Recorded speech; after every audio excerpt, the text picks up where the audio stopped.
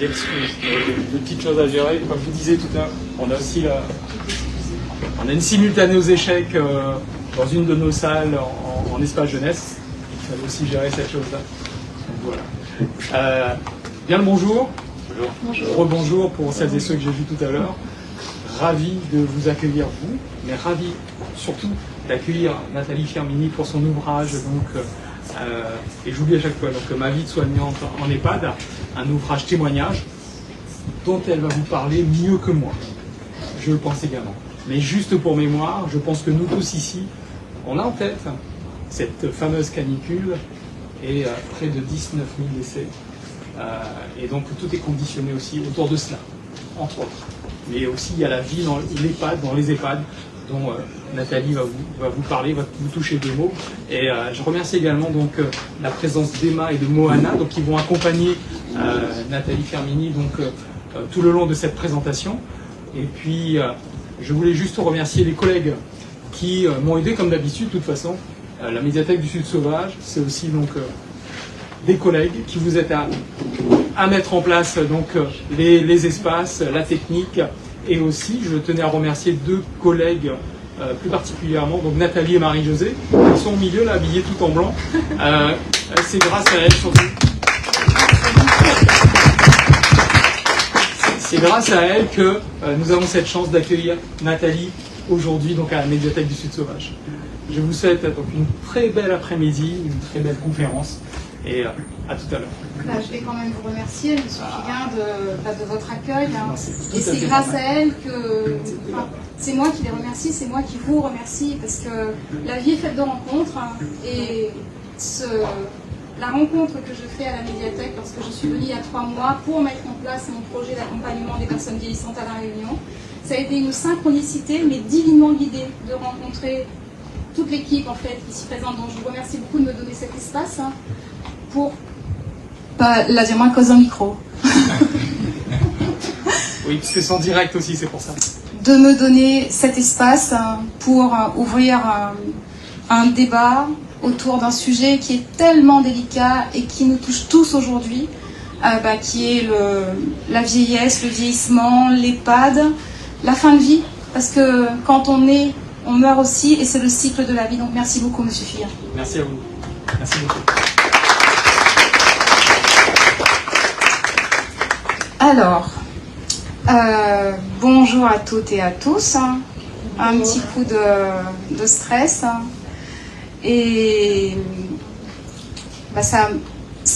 pour moi, c'est bien parce que ça me montre toute mon humilité à être présente devant vous aujourd'hui. Donc, j'accueille.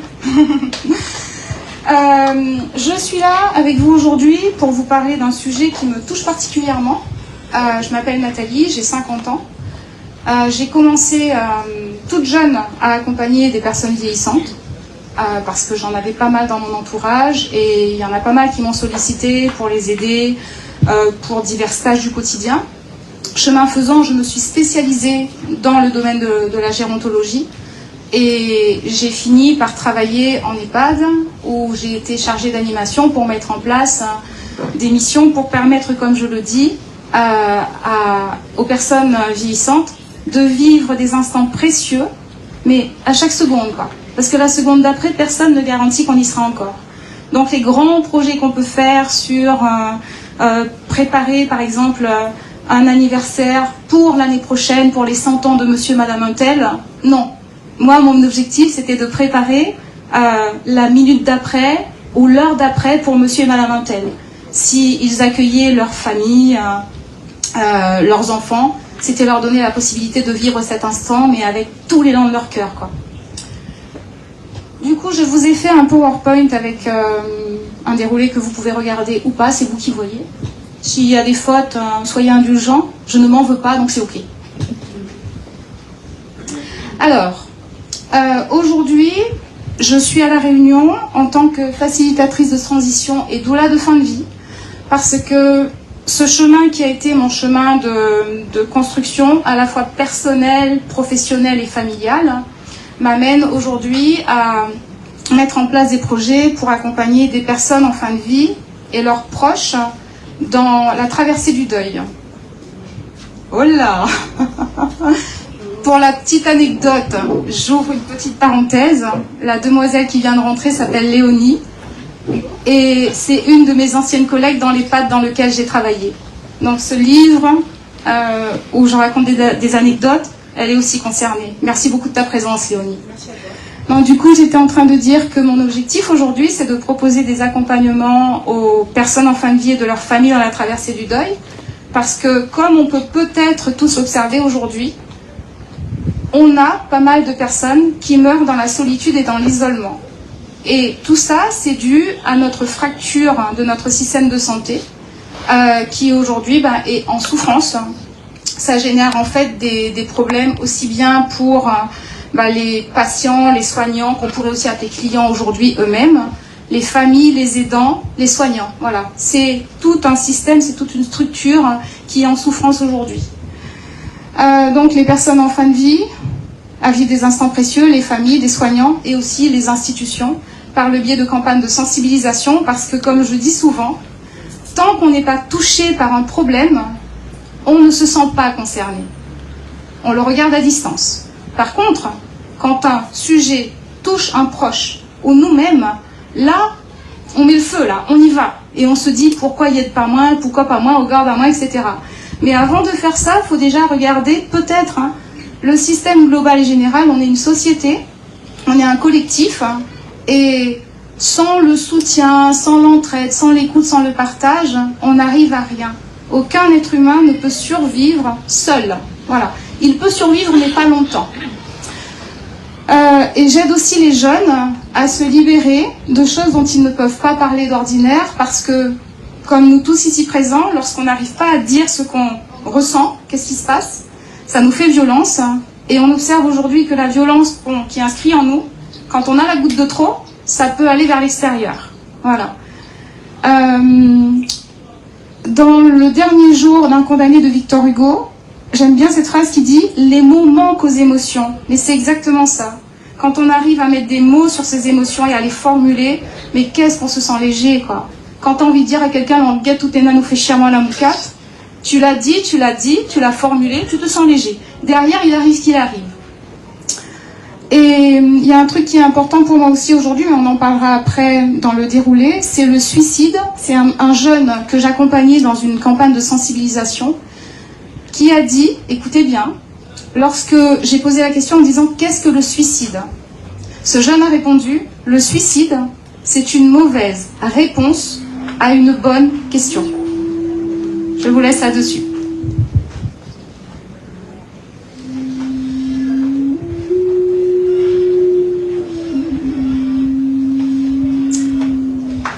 Je remercie Emma et Moana qui vont voilà, juste vous mettez ce que vous voulez derrière. Merci. Alors, je vais commencer ce moment de débat, que je n'appelle pas conférence, en vous laissant tout l'espace d'exprimer ce que vous avez exprimé. On met juste un cadre sécurisé pour que la parole soit libre et respectueuse de nous-mêmes et des autres. Si vous avez à un moment donné quelque chose à formuler, quelque chose à dire, un exemple à donner, n'hésitez surtout pas, cet espace est le vôtre, d'accord? C'est OK pour vous? Super. Alors, aujourd'hui, je vous propose qu'on réfléchisse ensemble à la manière dont on perçoit la vieillesse, et particulièrement après la pandémie de la Covid-19. Parce que c'est quand même un moment charnière par rapport à ce qu'on est en train de vivre aujourd'hui. Je parle du système de santé, mais pas que.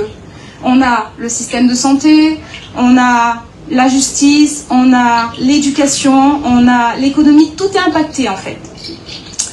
Alors, ma question, je vous propose de la faire vôtre, c'est comment la France peut-elle délaisser ses vieux et négliger le sort de ses soignants, souvent désignés comme boucs émissaires des tragédies hospitalières. Et Dieu sait qu'aujourd'hui, on en vit, mais de plus en plus. En 2024, comment peut-on décéder à l'hôpital alors que l'on s'y rend pour bénéficier de soins? Comment c'est possible? C'est possible. Pour commencer, je vous propose d'explorer l'importance d'examiner notre perception de la vieillesse et du vieillissement. Si je vous demandais, pour vous, c'est quoi la différence entre vieillesse et vieillissement? Vous n'avez pas noté, affole pas. Hein. Vous avez une idée? Vieillesse, prendre de l'âge, vieillissement des cellules.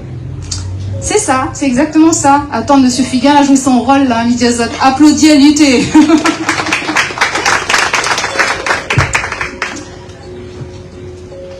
Alors, le vieillissement, c'est un changement physique biologique. Hein. C'est juste un processus. Hein.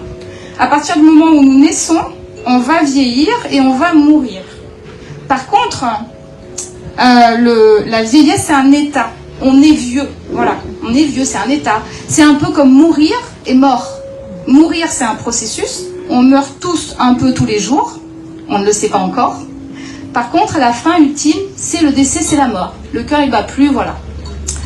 En résumé, le vieillissement est un processus et la vieillesse, c'est un état caractérisé par ces changements. Alors, aujourd'hui, le problème, c'est que naviguer dans l'incertitude, l'être humain, il n'aime pas le changement, alors que la vie est changement. Naviguer dans l'incertitude devient un défi dans une société moderne qui valorise la jeunesse, qui valorise la beauté, qui valorise la productivité, qui valorise la rentabilité. La pression sociale en faveur de la jeunesse marginalise les personnes âgées, les vieux, et minimise leurs valeurs en les conduisant à être rapidement écartés de la société. Et ça, c'est tout mon sujet, voire à être poussés à laisser leur place. Je vous laisse réfléchir à ça. Je vous propose ensemble qu'on définisse le mot vieux. On va jouer un peu. Question pour un champion. À votre avis, comment est-ce que vous pourriez me donner des synonymes de vieux? Allez-y. Âgé. Aîné. J'ai pas compris. Nos aînés. Nos aînés, âgés, aînés. Vous en avez d'autres? Grand monde. Expérience, grand mood. Transmission. Transmission, bien. Souvenir. J'ai pas compris. Souvenir. Souvenir, ok. Si je vous dis vieux, qu'est-ce qui vous vient? Ancien. Sagesse, ok, vous êtes des bontés. Ancien. Ancien, après? Usé. Usé, ok. Mémoire. Comment? Mémoire, très bien. D'autres? Tu as un mot pour vieux? Pas forcément. Pas forcément? Pas forcément, on prend. D'autres mots pour vieux? Hors service. Soleil. Hors service? Coucher de soleil. Coucher de soleil? Il me faut 3 autres mots pour vieux et après je passe à autre chose. Allez-y, 3 autres. Patrimoine. Vécu, patrimoine, ralentissement. Je vous propose d'observer que je suis face à vous. Donc vous ne voyez pas forcément les gens qui ont répondu. Ceux qui ont moins de 30 ans ont des définitions dévalorisantes du mot vieux.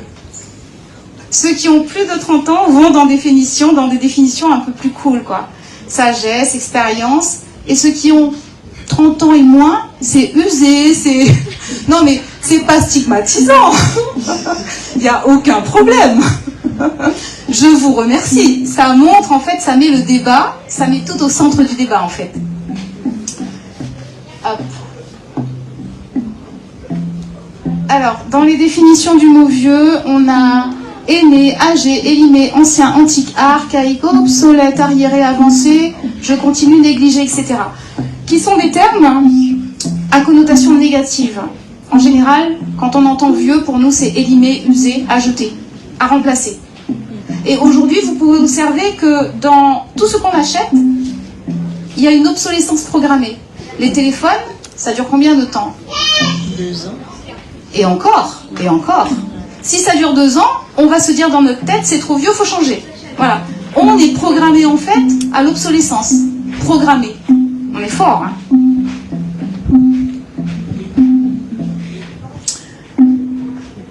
Durant tout cet exposé, je vais vous mettre quelques petites bulles humoristiques, comme j'appelle ça. Pour moi, les mots, parfois, enfin les images ont plus d'impact que de grands discours. Sur cette image-là, vous avez une dame âgée avec une petite qui dit « Maman dit qu'avant, tu étais jeune et belle comme moi. » C'est vrai, ça?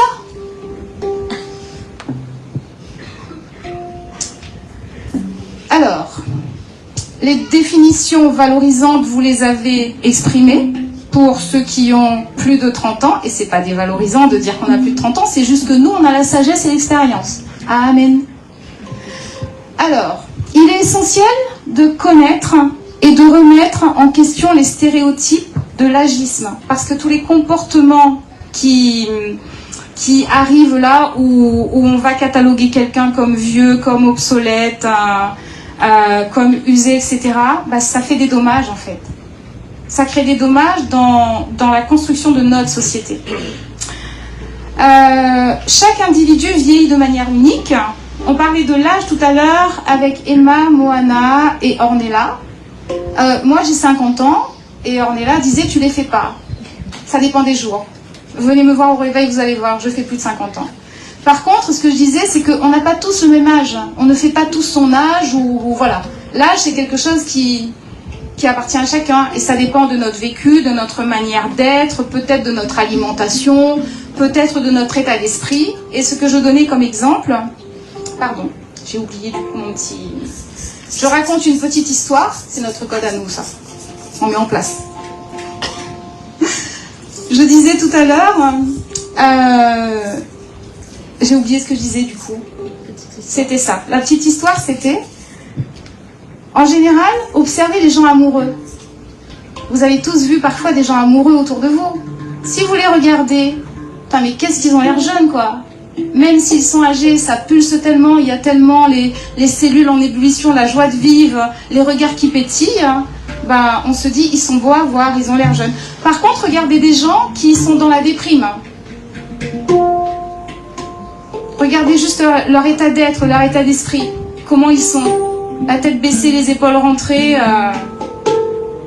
Vieillir, mourir, vivre. Avant ça, ben, on a tous un chemin à suivre. Voilà. Alors, mes grands-parents maternels et paternels, qui étaient mes premières figures âgées, d'un côté, il y a les parents de ma mère qui disaient, tous les jours, hein, la ville est dure ça, la ville est dure ça. Elle faisait le moindre truc, elle disait, la ville est dure ça. Et du côté de mon père, les parents de mon père qui coupaient la canne à sucre, ils disaient, la vie c'est un jeu, on ne connaît pas les règles, joue à lui, joue à lui.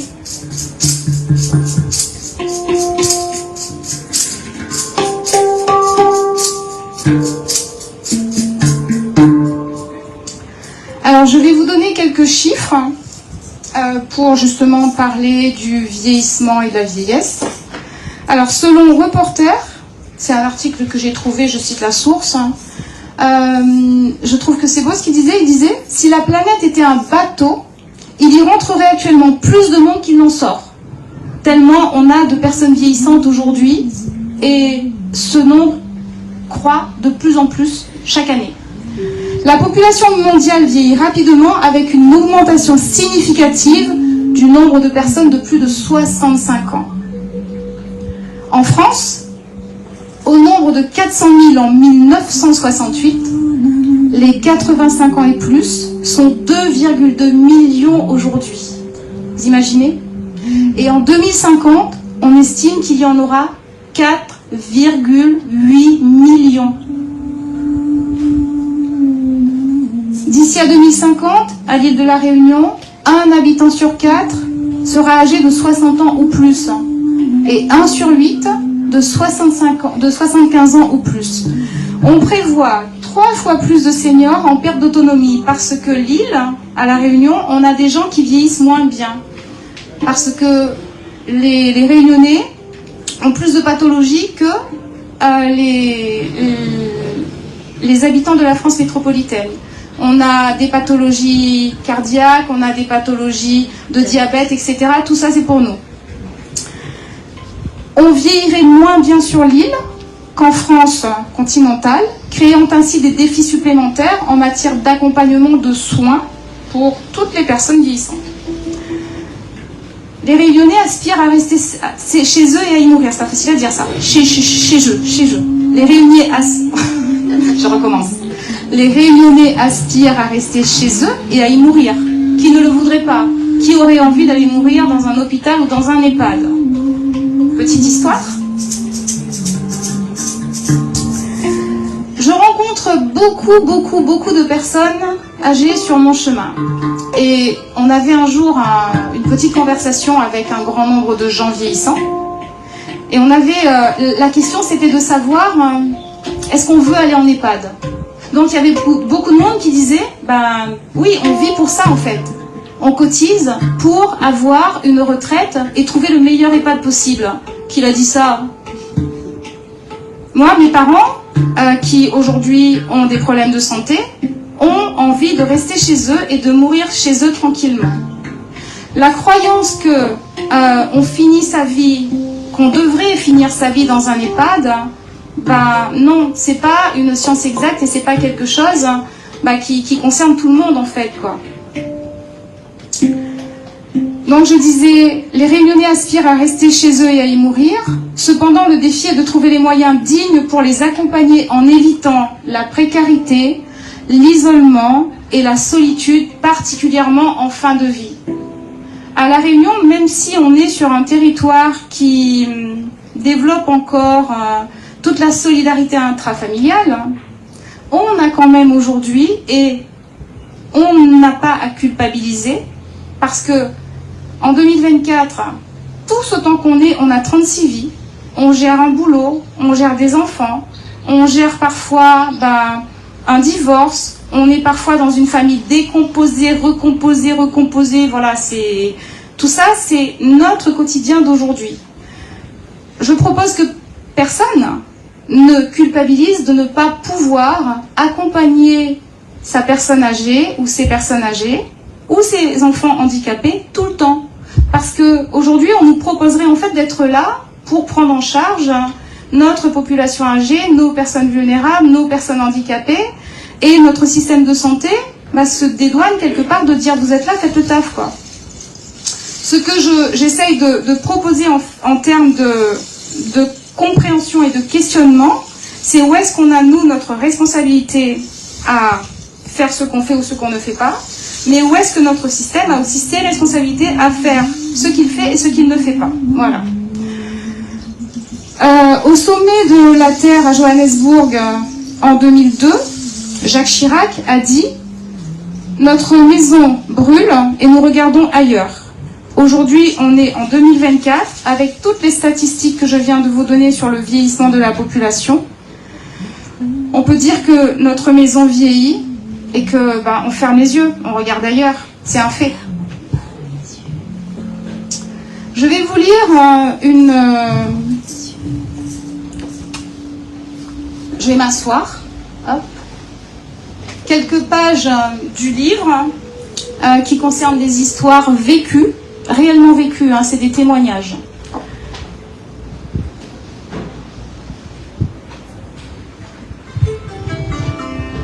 Mes lunettes, j'ai 50 ans.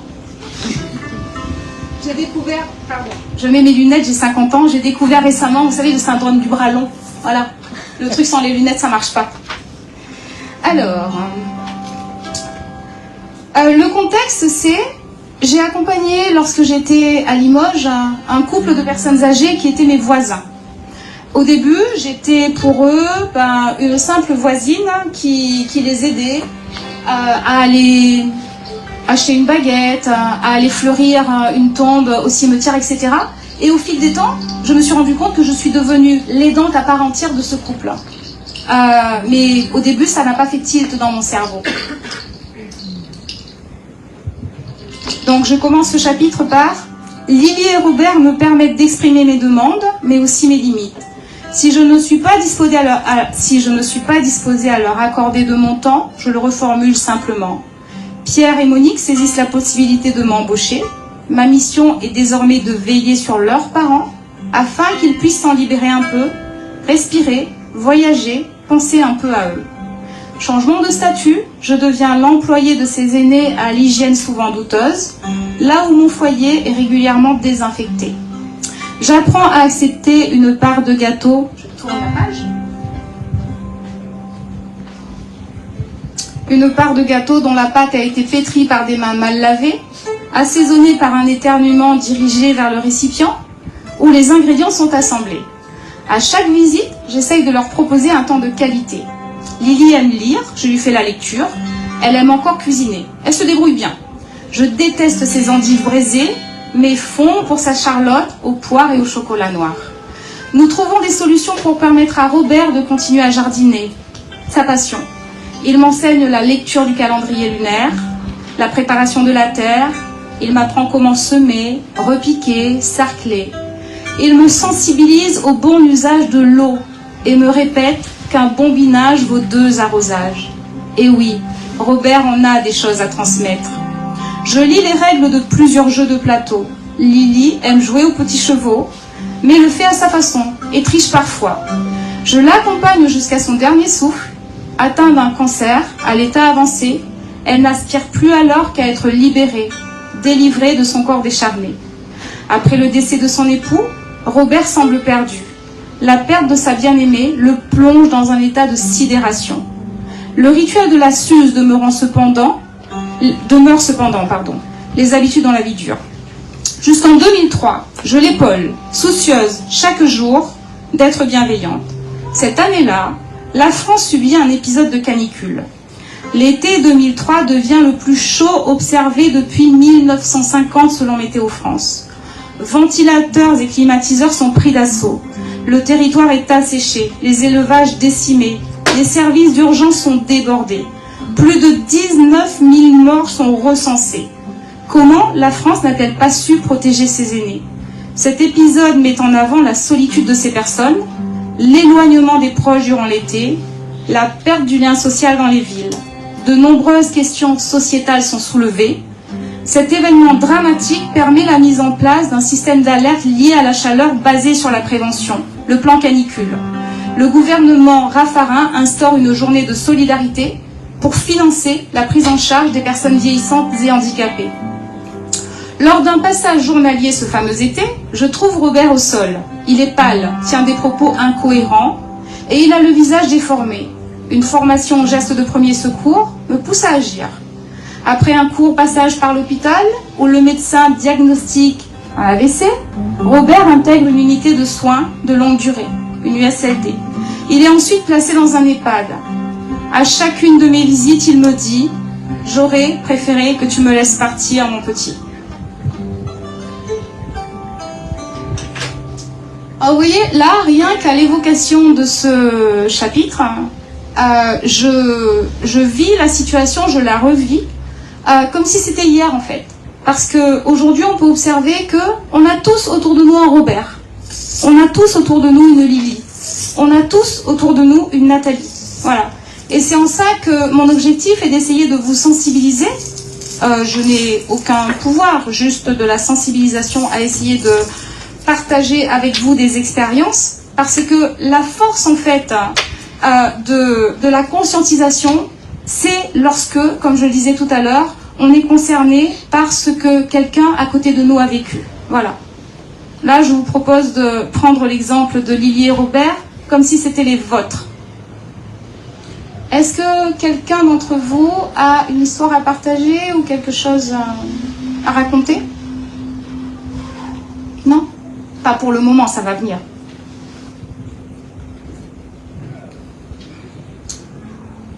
Alors, petite bulle humoristique. C'est un monsieur qui est dans son fauteuil roulant, qui est poussé par une soignante et qui dit « En 68, je faisais sauter les pavés et maintenant les pavés se vengent. »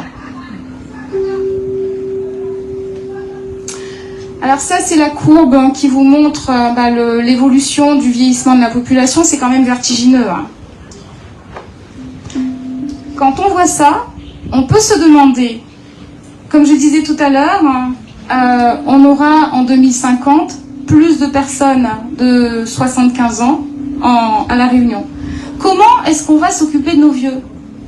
Parce que mine de rien, ceux dont on s'occupe qui ont 75 ans, ça veut dire que nous, on en a plus de 50. On est d'accord? Et parfois, nous, avec notre plus de 50 ans, on est déjà en carafe. On a déjà des problèmes de santé nous-mêmes, et on peut avoir un enfant qui a un problème de santé, mais ça n'est pas que ça. C'est que on peut avoir encore des grands-parents au-dessus. Ça veut dire que ceux qui ont 75 ans, on peut avoir la génération du dessus, et on peut aussi balayer la génération du dessous qui va devoir s'occuper de nous, quoi. Comment on fait? Grand défi et grande question.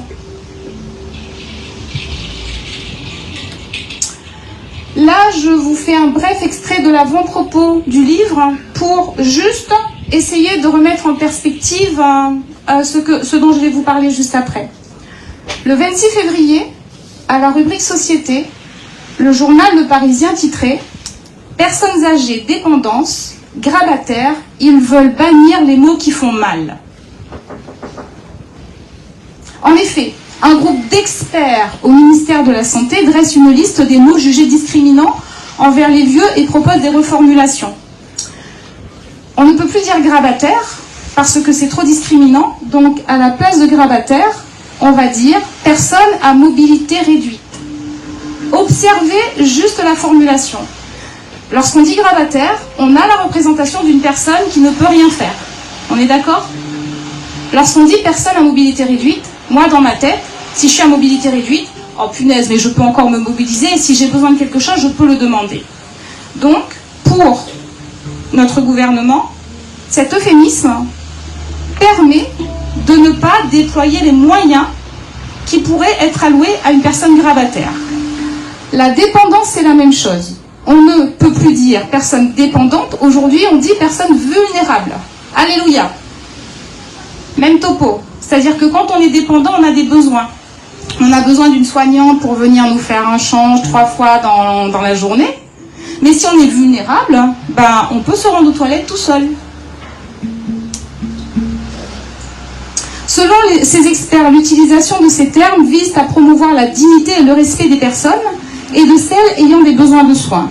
Toutefois, il est légitime de se demander pourquoi, en dépit de ces intentions déclarées, et on y arrive, la détérioration de nos hôpitaux persiste, les lits restent fermés, les déserts médicaux s'étendent et l'accès aux soins devient de plus en plus difficile. Est-ce que autour de vous, enfin vous avez un exemple qu'on vous a relayé ou pas, d'une personne qui aurait vécu un moment compliqué en allant à l'hôpital? Allez-y, madame. Vous voulez le micro ou vous voulez... Non? Allez-y. Ma mère. Votre mère, vous voulez raconter? Juste dans les grandes lignes. Voilà. Oui. Elle est entrée à l'hôpital, enfin je donne un exemple, elle est entrée à l'hôpital pour une plaie à l'orteil et elle est morte 1 mois et demi plus tard. Est-ce que tout le monde a entendu? Je peux relayer? Alors, merci beaucoup pour ce témoignage parce que c'est intime. Merci beaucoup de le déposer ici. Madame dit c'est pour sa mère qui est rentrée à l'hôpital pour un orteil et qui est sortie, qui est décédée 1 mois et demi plus tard.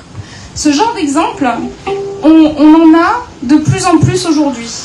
Et ça nous montre en fait le défi des soignants qui, comme je le disais tout à l'heure, sont les boucs émissaires d'un système qui est cassé. Ces soignants qui essayent de prendre en soin les patients, les résidents, les clients, parce qu'ils payent une prestation, sont aujourd'hui stigmatisés. C'est ceux qui cassent le plus. Parce que quand il y a un problème à l'hôpital, qui est-ce qu'on va pointer du doigt? Les soignants qui n'ont pas fait leur travail, alors qu'on ne se rend pas compte de comment fonctionne l'institution, comment fonctionne la structure, comment fonctionne l'hôpital.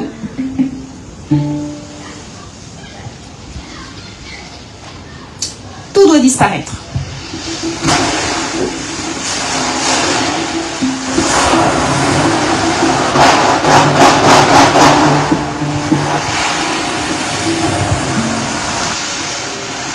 Cette bulle humoristique parce que il nous semble que tout ce temps qu'on est, on observe aujourd'hui les dérives de notre société.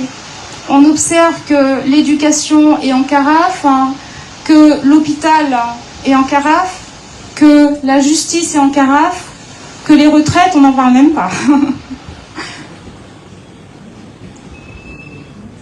On peut observer les conséquences des reformulations en question. Donc je vous disais tout à l'heure que lorsqu'on parle de personnes grabataires, on perçoit les difficultés auxquelles elles sont confrontées et auxquelles l'État doit répondre. La mobilité réduite, quant à elle, nous semble moins grave, moins urgente et donc, pour l'État, n'est pas prioritaire. Je vous lirai le passage après.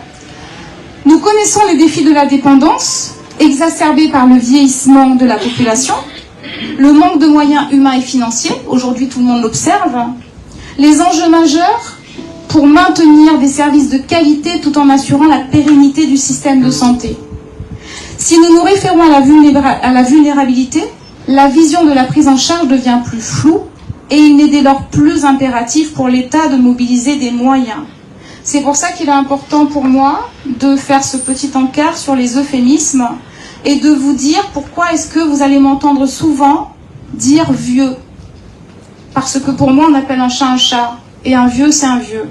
Après, il y a la nuance entre où est-ce qu'on met le curseur de vieux. Petite histoire.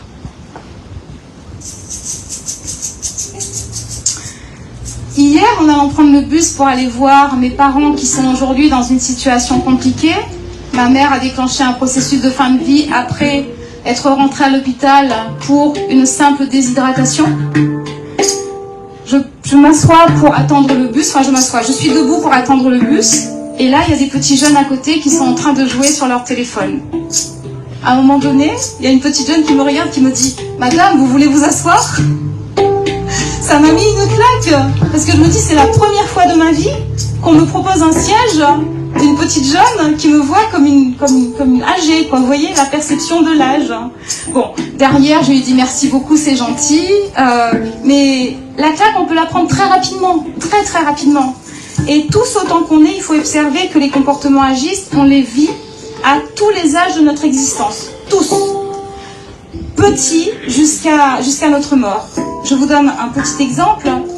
Quand j'étais à l'école, qui a joué à la ronde du muguet ici? Le facteur n'est pas passé. Tous ces jeux qu'on avait quand on était enfant, en général, on vous choisit. Voilà, on a les copines ou les copains qui viennent vous choisir. Bah, quand on n'est pas choisi, c'est de la discrimination à l'âge, où on est trop jeune ou on est trop vieux. On vit tout ça dans nos vies. Voilà. Oh mince. Merci. Du coup, je vais vous lire un petit passage dont le titre est... Enfin, c'est pas le titre. Ça finit par Radio Gilbert. Je me repose.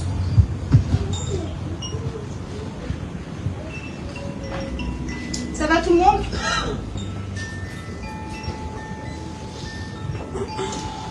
Alors, lunettes.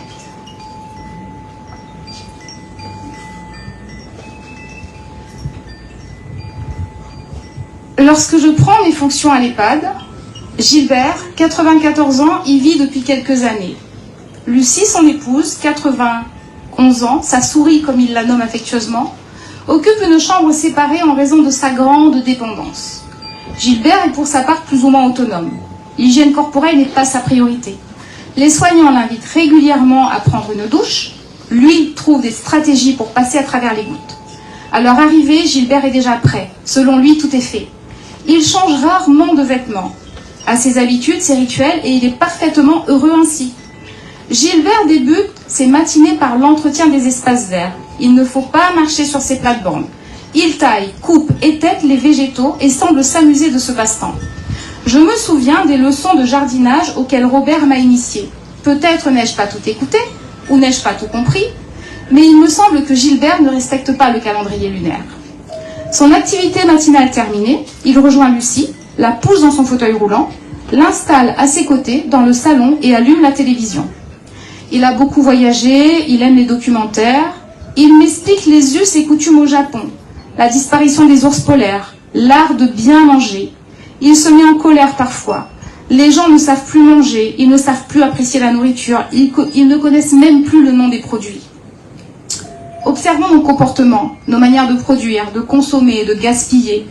Je me souviens des années 1980 où, lors d'un cours de biologie, le professeur, nous brossant un tableau du futur, nous pointait l'an 2000. Son sujet axé sur l'alimentation nous faisait entendre que nous serions tellement nombreux sur Terre qu'il serait dès lors impossible de subvenir aux besoins de tous. Il nous prédisait la consommation de pilules de viande, poissons, légumes et autres. Aujourd'hui, en 2023, nos industries alimentaires produisent à profusion, mais des millions d'êtres humains meurent encore de faim.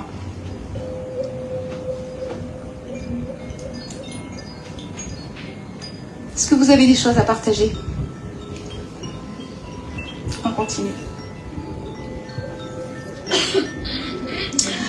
Du coup, on vient de parler de l'agisme et on va parler de l'agisme et de ses conséquences. Donc, comme je disais, l'agisme, c'est ce qui regroupe toutes les formes de discrimination, de ségrégation, de mépris fondés sur l'âge. Et comme je disais, on est tous concernés. J'ai un exemple, une petite histoire.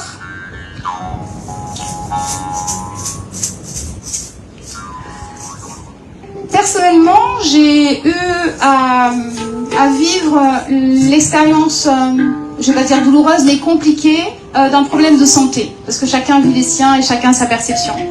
J'ai été prise en charge par une unité colorectale à Bordeaux. Et lorsqu'on m'a préconisé les premiers soins, donc chimio et radiothérapie, le chirurgien, l'oncologue, enfin l'équipe, n'a pas pensé à me proposer une sauvegarde des ovaires. Dans ces protocoles, on peut le faire pour que la personne puisse peut-être, après si elle le désire, avoir un enfant. Voilà. Lorsque j'en ai parlé au chirurgien après coup, lorsque j'ai compris la manière dont les choses s'étaient faites, en priorisant ma santé et ma survie à potentiellement mon bonheur d'avoir un enfant ou pas, on m'a dit que, mais factuellement, 40 ans pour eux, 41 ans c'était le seuil pour une femme de la conception d'un enfant. Donc eux, ils privilégiaient la santé au bonheur en fait d'une femme d'avoir un enfant. J'ai d'autres exemples qui sont aussi significatifs. J'ai une dame que j'ai rencontrée qui s'appelle Yvette, qui a 70 ans, qui avait 70 ans, pour le coup ça fait 3 ans, donc elle en a 73 maintenant. Cette dame était folle amoureuse d'un compagnon qu'elle avait rencontré sur internet. Quelle chance quoi, quel bonheur. Et au moment où elle rencontre cet homme et où elle est plein phare sur ce qu'elle vit, son intimité, sa sexualité, tout est ok, elle se chope un cancer du sein. L'équipe soignante qui l'a prise en soin a fait ce qu'il fallait, donc, c'est moi ça, opération du sein, mais pas de proposition de reconstruction mammaire. Pourquoi? Parce que cette dame a 70 ans. Ça veut dire quoi? Ça veut dire que lorsqu'on a passé un certain âge, pour les femmes ou pour les hommes, ça pourrait être la même chose sur un cancer de la prostate ou autre. Ça pourrait être la même chose. On estime que passé un certain âge, on est obsolète, on n'a plus le droit de vivre notre vie, d'être heureux, d'avoir 2 seins. Non, on vous dit c'est pas grave, vous avez 70 ans, vivez avec un seul, c'est pas grave. Pour les hommes, voilà, une seule couille, c'est pas grave. Voilà, on en laisse une, vous en avez une, c'est bien. Alors, les conséquences de l'agisme, c'est l'exclusion sociale, la marginalisation, pas facile à dire ça, des opportunités réduites aussi, parce qu'on sait que quand on a passé 50 ans dans le monde du travail et que vous voulez, par exemple, vous reformer pour aller dans un autre domaine, qu'est-ce que c'est compliqué. Quand vous avez passé 55 ans pour changer de domaine, qu'est-ce que c'est compliqué. Et aussi, je vais dire un gros mot, bordel de merde, des soins inadéquats. Parce que parfois, en fonction de votre âge, on va vous soigner ou ne pas vous soigner. Parce qu'on va estimer que... est-ce qu'on a des soignants là? Si vous voulez lever la main. 1, 2. Est-ce que vous auriez un témoignage pour étayer ce que je suis en train de dire? C'est pas une obligation. Faut que tu plaies. Bonjour, Joyce, je suis médecin à Saint-Denis. Je vais faire un témoignage par rapport à ça, qui n'est pas forcément par rapport à personnes âgées, c'est ce qui s'est passé par l'affaire Mediator. On a tous en souvenir de l'affaire Mediator, qui a donc mutilé les gens, le cœur, l'hypertension. Et il y a un livre qui a sorti Madame Irène Frachon, sur cette mutilation de cette cicatrice énorme, dont on n'a jamais parlé, cette cicatrice énorme, qui empêche toutes les femmes qui ont été atteintes de Mediator d'aller à la plage, des choses comme ça. Je pense là parce que c'est effectivement la même chose. C'est que le médecin, dans sa tour d'ivoire, il va être très technique, il va considérer que la santé c'est en fonction de chiffres, mais jamais, et heureusement grâce à toi, Nathalie, eh bien ça commence à venir un peu dans la tête des gens. Et je me disais à l'instant, mais Nathalie, il faut que tu interviennes dans les facs de médecine, parce que si toi tu le fais pas, personne ne le fera. Et donc voilà, donc, je te relaisse la parole, c'était mon petit témoignage. Merci. Donc du coup, je disais que ça discrimine l'exclusion sociale, la marginalisation, des opportunités réduites, des soins de santé inadéquats.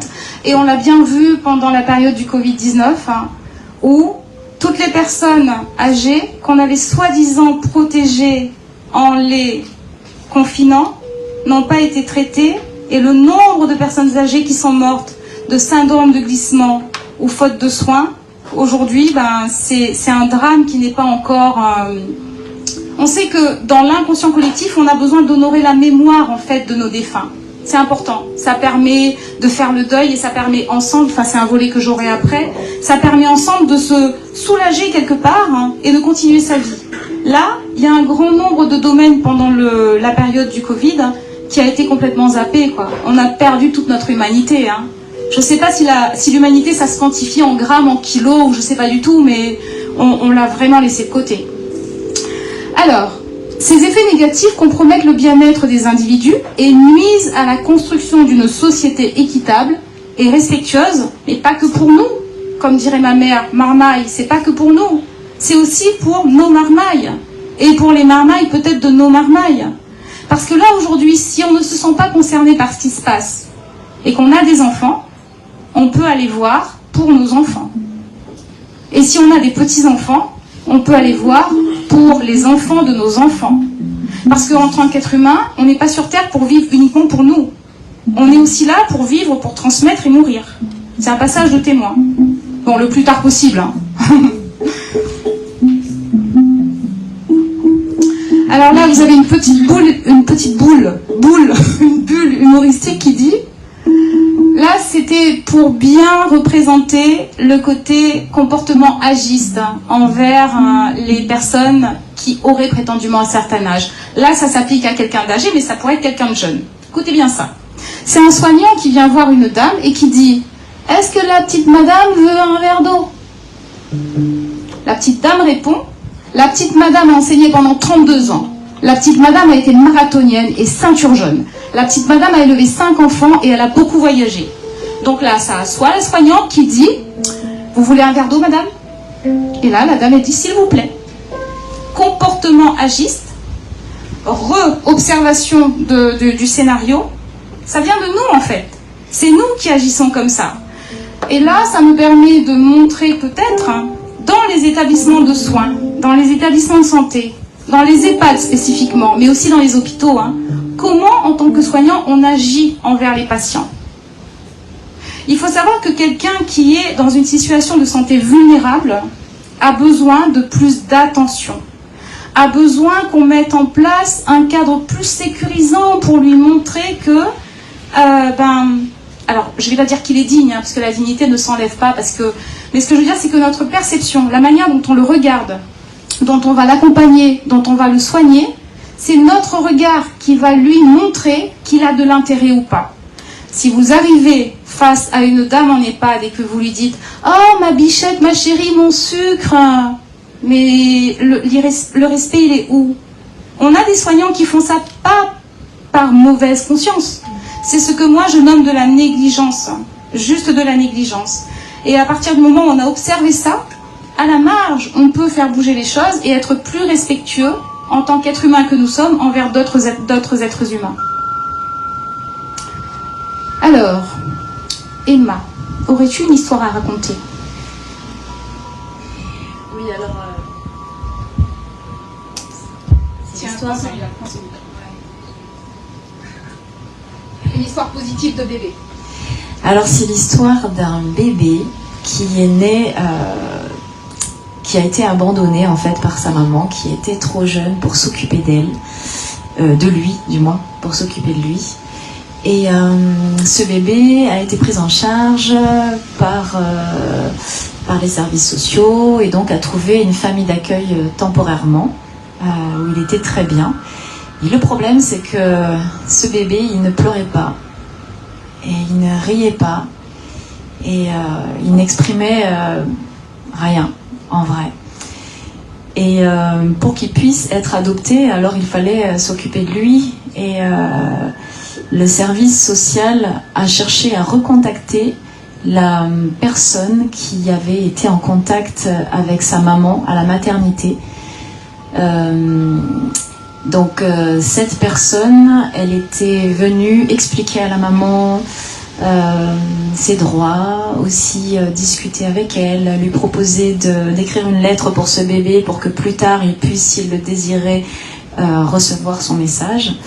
Et cette dame lui avait dit à cette maman, parlez à votre bébé avant de partir. Et donc cette dame a été contactée suite aux appels des services sociaux. Et elle est repartie à la maternité, mener son enquête. Elle a discuté avec l'infirmière. Et l'infirmière lui a dit, mais si, elle est allée voir son enfant juste avant de partir, en fait. Mais en vrai, elle ne lui a pas parlé. Je le sais parce que j'ai écouté à la porte. Elle ne lui a pas parlé, elle l'a juste tenu dans ses bras. Donc, la dame, à ce moment-là, elle a compris. Elle est partie voir le bébé. Et face à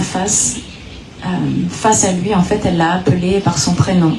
Elle lui a parlé d'une façon très simple, sans prendre de détour, sans chercher à minimiser, sans chercher à arrondir les angles. Elle lui a juste raconté les circonstances de quand il est né et que sa maman lui avait laissé le message qu'elle ne pourrait pas s'occuper de lui et qu'elle souhaitait vraiment qu'il soit pris en charge dans une famille où il serait heureux et une famille qui s'occuperait de lui. Et ce qu'il s'est passé, c'est que par la suite, le bébé est rentré dans la maison, dans sa famille d'accueil. Et le soir même, pour la première fois, il s'est mis à pleurer en pleine nuit. D'abord tout doucement, et puis après un peu plus, et puis à plein poumon. Et ça a été le début. Ça a été le début d'une grande histoire, puisque ce bébé, par la suite, a été adopté par une dame aimante, et voilà. C'était mon partage, en fait. C'était mon partage pour dire que même les bébés, on pourrait croire qu'il y a plein de choses qu'ils ne comprennent pas, mais en vrai, ils ressentent tout, ils comprennent tout. Et c'est incroyable les résultats qu'on peut obtenir. Merci. Merci à toi. Allez, on va l'applaudir. Merci. Pour rebondir là-dessus, dans le livre, j'ai un petit passage sur un psychiatre, psychanalyste qui s'appelle Monsieur, c'est pas facile à dire le mot, Spitz, qui a fait une expérience, vous en avez peut-être entendu parler, j'ai plus les années, mais c'est une expérience sur un phénomène qu'il a appelé l'hospitalisme. L'hospitalisme, c'est juste le fait que si on laisse des personnes sans contact humain bienveillant, en les nourrissant simplement, les personnes peuvent dépérir et mourir. Écoutez bien, cette expérience s'est faite sur des enfants, figurez-vous. Je crois que c'est en Roumanie, si je dis pas de bêtises. En Roumanie, pendant les années de Ceausescu, il y a une expérience qui a été faite. On a mis 2 groupes d'enfants. Un groupe dans un orphelinat avec des nurses qui n'étaient là que pour nourrir les enfants. Donc elles arrivaient avec leur biberon, elles nourrissaient les enfants et elles repartaient. Et un autre groupe où on avait des nurses qui venaient, qui nourrissaient les enfants, qui les câlinaient, qui les chouchoutaient, qui leur parlaient, qui leur racontaient des histoires. Il n'y a que des êtres humains pour mettre en place ce genre de trucs tordus. Résultat des courses, ils ont observé que les êtres humains ont des besoins primordiaux, mais ce n'est pas uniquement le besoin d'être nourri. Si on n'a pas de contact humain bienveillant, pendant une certaine durée, on s'éteint et on meurt de chagrin. Je recommence. Si on n'a pas de contact bienveillant, on s'éteint et on meurt de chagrin.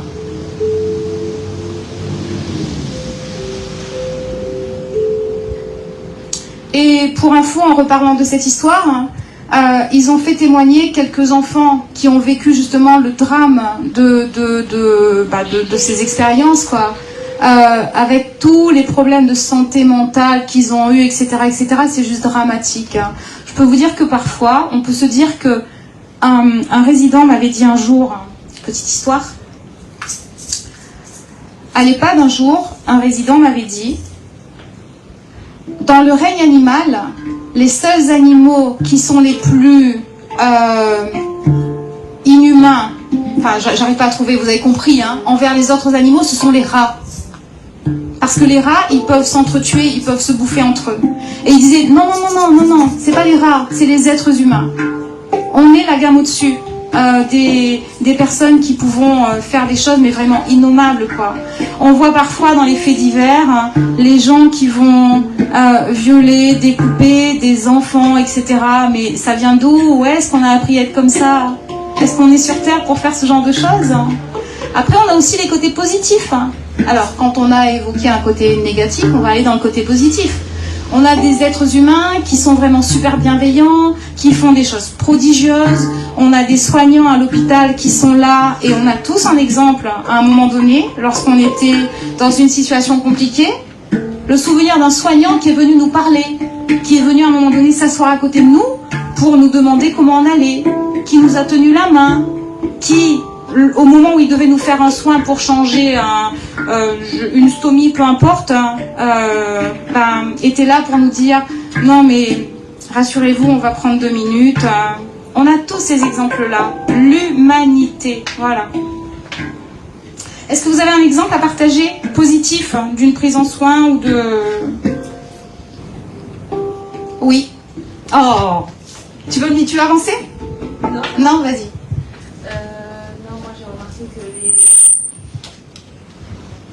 Les plus sympathiques et bienveillants à l'hôpital, ce sont les infirmiers et les aides-soignants.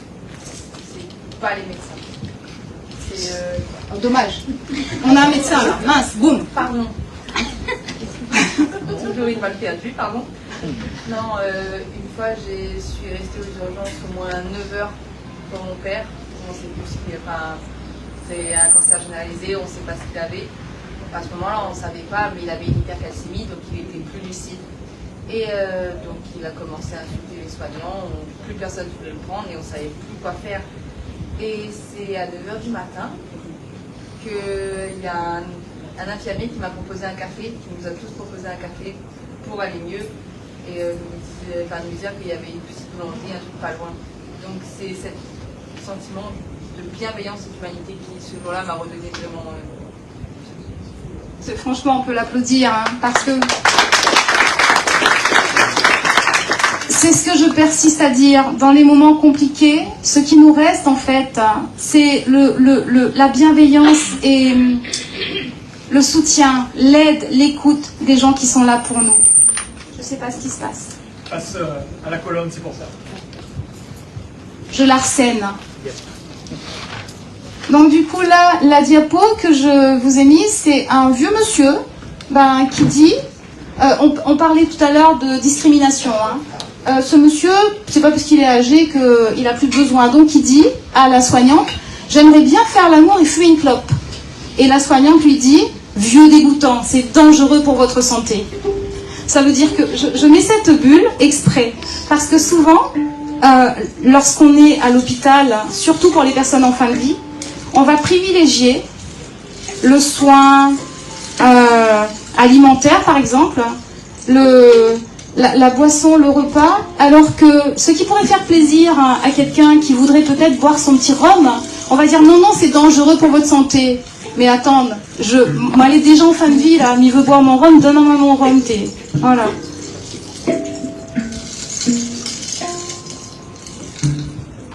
Ça va tout le monde? Pardon. Vas-y. Ouais. Je suis pas beaucoup parce que mon père a eu un cancer du poumon et on savait tous qu'il allait mourir. Mais même quand il voulait fumer encore, je disais non. Donc c'est vrai que c'est aussi compliqué de... Merci beaucoup. Non, pas de souci. Personnellement, c'est que je peux comprendre du coup. Alors, je te propose, toi personnellement, pour le coup, parce que c'est ton histoire, de t'enlever toute culpabilité, parce que tu pourrais te dire que si tu ne voulais pas qu'il fume, c'est pour ne pas aggraver sa situation. Oui. On est d'accord?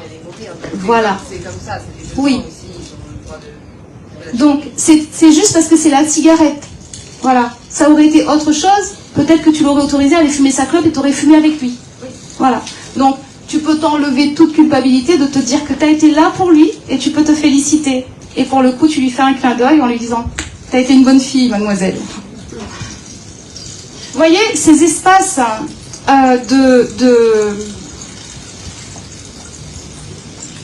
ces espaces où on essaye de... Ça m'a mis un petit moment d'émotion, merci beaucoup. Ces espaces où on parle de son histoire, où on entend les histoires des autres. Ce que je dis, c'est que c'est ça qui est important. Parce que ça permet parfois, là où on a été silencieux dans sa douleur, de la laisser émerger, de la laisser s'exprimer et de se relier peut-être à la douleur de quelqu'un parce que nous, on n'a pas pu exprimer la nôtre. Mais ce petit truc qui s'ouvre là, c'est aussi pour nous. Donc permettez-vous de prendre ces espaces-là et de vous honorer et de vous dire que tant qu'on fait au mieux, on est déjà là, on est déjà présent.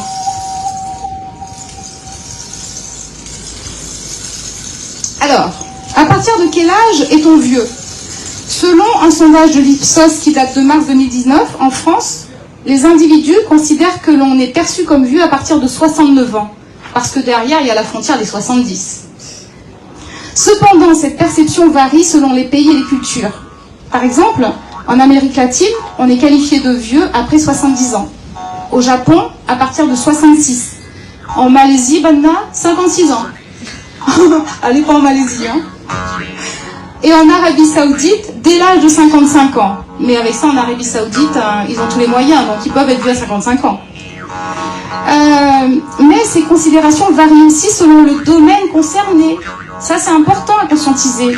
À partir de quel âge est-on considéré comme senior pour sa famille, pour ses collègues, pour son médecin? Moi, je sais que pour ma famille, lorsque j'ai eu 18 ans, j'étais considérée comme majeure. Ma maman l'a dit à moi, aujourd'hui, ou les indépendants, fais cette ou n'a pas fait. Pour mon médecin, pour les médecins en général, ils estiment qu'on est vieux à partir de 69 ans. Mais est-ce que c'est pas relatif à l'état de santé? Philippe, à ton avis? Ouais, une chose, je dirais après. Ok. Alors enfin, l'allongement de notre espérance de vie, avec l'allongement de notre espérance de vie, ce seuil du seuil de la vieillesse a tendance à reculer. Finalement, messieurs, dames, est-ce que l'âge n'est pas une simple perspective? C'est ce qu'on disait tout à l'heure. On a l'âge qu'on se donne. On a des gens parfois qui disent que, qui ont 50 ans, on les regarde et on a l'impression qu'ils en font 60. Ils ont tout le poids du monde sur leurs épaules. Et comme je disais tout à l'heure en parlant du couple amoureux, on peut en avoir 70 et être frais comme des gardons, pétillants, et avoir, comme dirait Thierry Kuhn, une troisième jeunesse. Quatrième? Que bon. Alors, bulle humoristique. À 18 ans, on te demande 5 ans d'expérience. À 50 ans, tu es trop vieux pour bosser. À 62 ans, tu es trop jeune pour prendre ta retraite. Alléluia.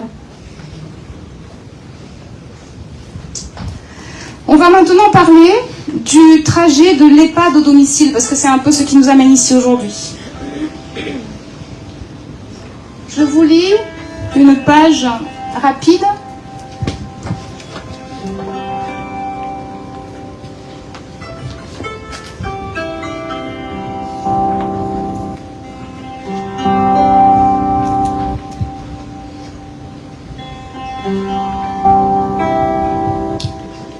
L'entrée en EHPAD... Ouh, j'ai pas mes lunettes. Ça rattrape, hein. Mais pas. L'entrée en EHPAD marque une transition majeure dans la vie.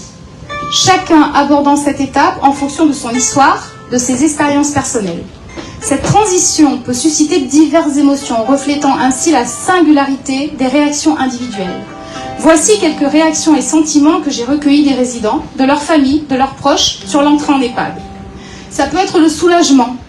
Certaines personnes peuvent ressentir du soulagement car elles y trouvent la sécurité, mais surtout les soins dont elles ne bénéficiaient pas chez elles.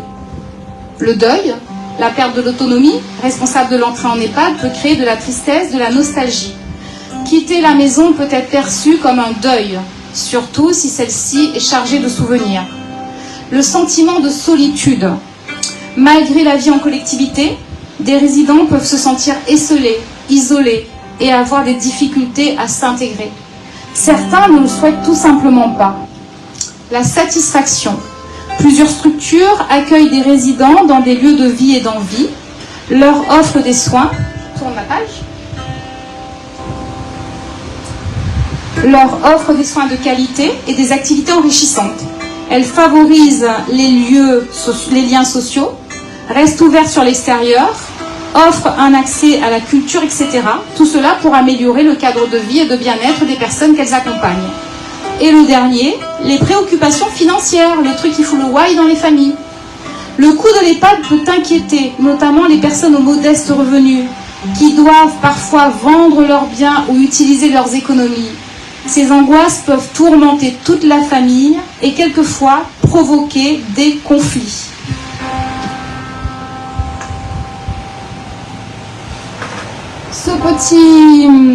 Ce petit encart, juste pour vous dire que tout ce qui est fait pour une personne dans son trajet du domicile à l'EHPAD, toutes ces mises en place sont faites pour maintenir les personnes au domicile.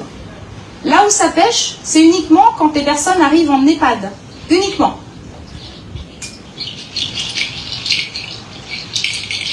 Quelques chiffres. En France, on compte environ 15 millions d'aidants. Et je suis persuadée que parmi nous aujourd'hui, il y a 60% d'aidants. Qui aujourd'hui aide un proche? 1. Levez bien la main, s'il vous plaît. 2, 3. Pour le coup, on a parfois des aidants qui ne savent pas qu'ils sont aidants. En France, on compte environ 15 millions d'aidants familiaux, soit 1 Français sur 5. Un aidant, c'est une personne qui soutient l'un de leurs proches devenu dépendant en raison de son âge, de son handicap ou de sa maladie. Et, mesdames et messieurs, ça peut être des trucs basiques. Si vous allez aider ou soutenir un proche, je vais dire une bêtise, 2 fois par semaine, vous êtes déjà un aidant. Si vous allez aider votre maman ou votre papa à aller faire les courses 1 fois tous les 15 jours, vous êtes déjà un aidant familial. 70% des aidants sont des actifs. Donc ça veut dire que ce que je disais tout à l'heure avec la charge qu'on a déjà à supporter, on se rajoute en plus cette charge-là. Mais c'est OK. Malgré l'importance de leur rôle, 47% des aidants ignorent leur statut. La sensibilisation augmente et 46%, il y en avait 46% qui en étaient conscients en 2022. C'est pas ça, c'est l'inverse. En 2015, il y en avait 26% qui étaient conscients de leur rôle d'aidant. Aujourd'hui, avec la sensibilisation, on a 46 personnes qui commencent à conscientiser, qui deviennent aidants. Parce que parfois, on peut, en aidant un proche, se perdre. Et cette statistique, la dernière, là, est juste hallucinante. On dit que 30% des aidants de plus de 60 ans décèdent avant la personne qu'elles accompagnent. Et ça, on peut le voir lorsque on a un couple de personnes âgées, où c'est par exemple madame qui s'est toujours occupée de monsieur. Madame, elle va couler à un moment donné. Mais quand elle va couler. Et monsieur, il va couler aussi derrière. Et ça va embarquer la famille aussi après. C'est pas une fatalité. Pour le coup, lorsqu'on sait que la situation est celle-là, comment on fait pour donner aux aidants familiaux la possibilité de trouver des temps de respiration? Comment on fait pour les aider à se soulager lorsqu'ils ont un proche qui est grabataire et qu'ils doivent, eux, s'il n'y a pas de soignant, faire un change? Parce que dans l'urgence, la personne s'est fait dessus, il faut que ce soit elle qui le fasse. Comment on fait pour trouver les solutions pour être aidé au domicile? Tout ça, ça existe. Ça existe, mais il faut juste avoir les bonnes informations.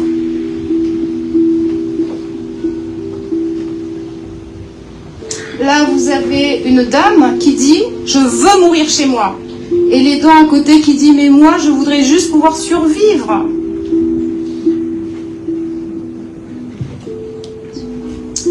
Alors, l'EHPAD, comme je vous le disais, pour le coup, c'est plus le domicile. Alors, EHPAD, ça veut dire établissement d'hébergement pour personnes âgées dépendantes. Ce qui est drôle, c'est que souvent, les gens pensent que le H, ça veut dire hospitalier. Pas du tout. Le H, c'est hébergement. Ça accueille aussi des structures spécialisées pour des personnes atteintes de troubles cognitifs.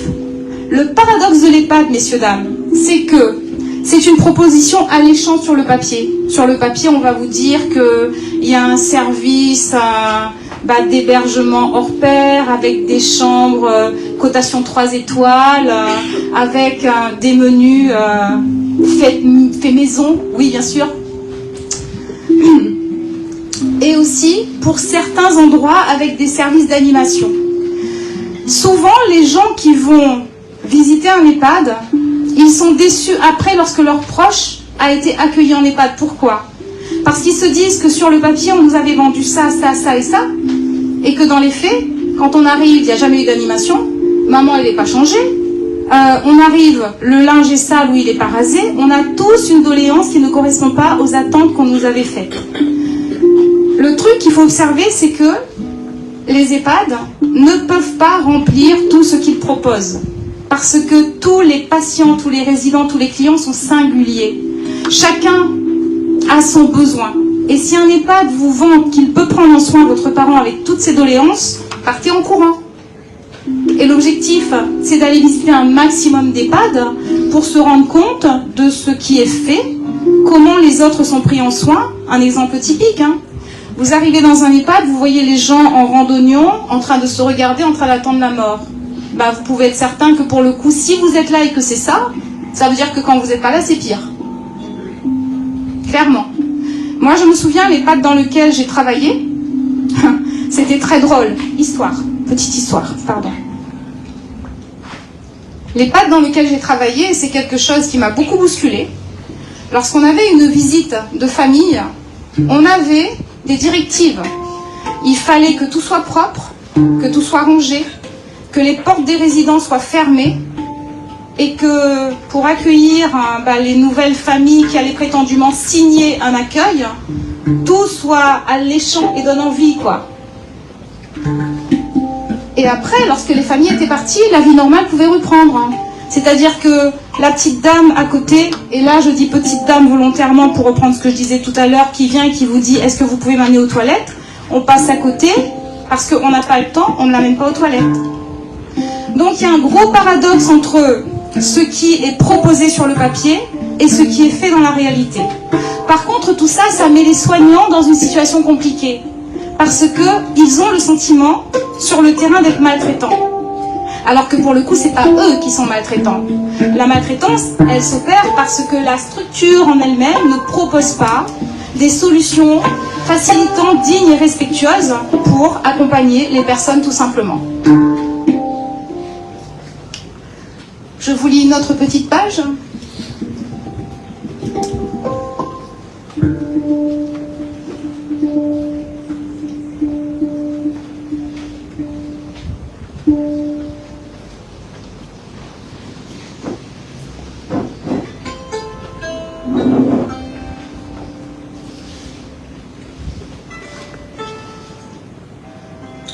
Je vais laisser cette page, on va continuer.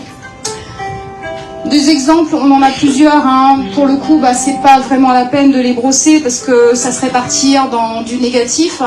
On peut brosser des épisodes positifs où certaines personnes qui viennent en EHPAD, et j'ai l'exemple, petite histoire, où j'ai l'exemple d'une résidente qui, elle, est rentrée en EHPAD pour soulager sa famille. Elle est arrivée et cette dame, franchement, c'est mon modèle de résilience. C'était quelqu'un qui ne se plaignait jamais, qui était là quand elle voyait ses enfants, c'était elle qui portait la famille.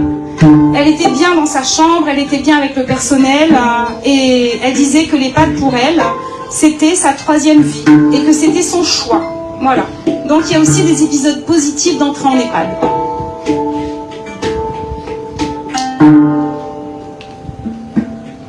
On reprend la configuration actuelle. Dépendance des maisons de retraite trop chères. Le monsieur qui dit à sa femme, chérie, si ça continue, il faudra retourner chez tes parents, parce qu'il n'y aura pas les moyens de l'accueillir en EHPAD.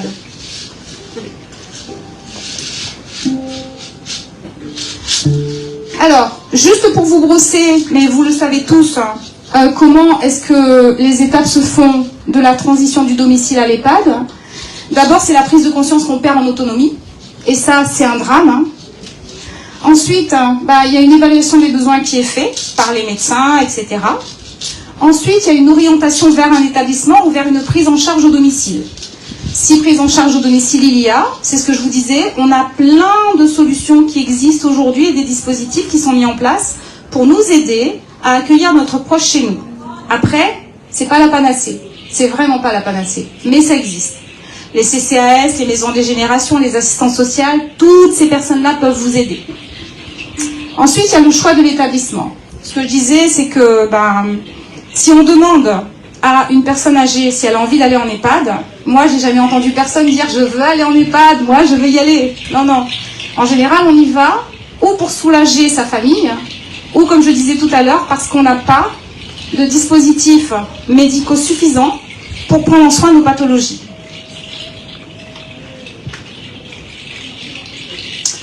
Je vous fais un petit topo sur le droit des usagers, parce que c'est important.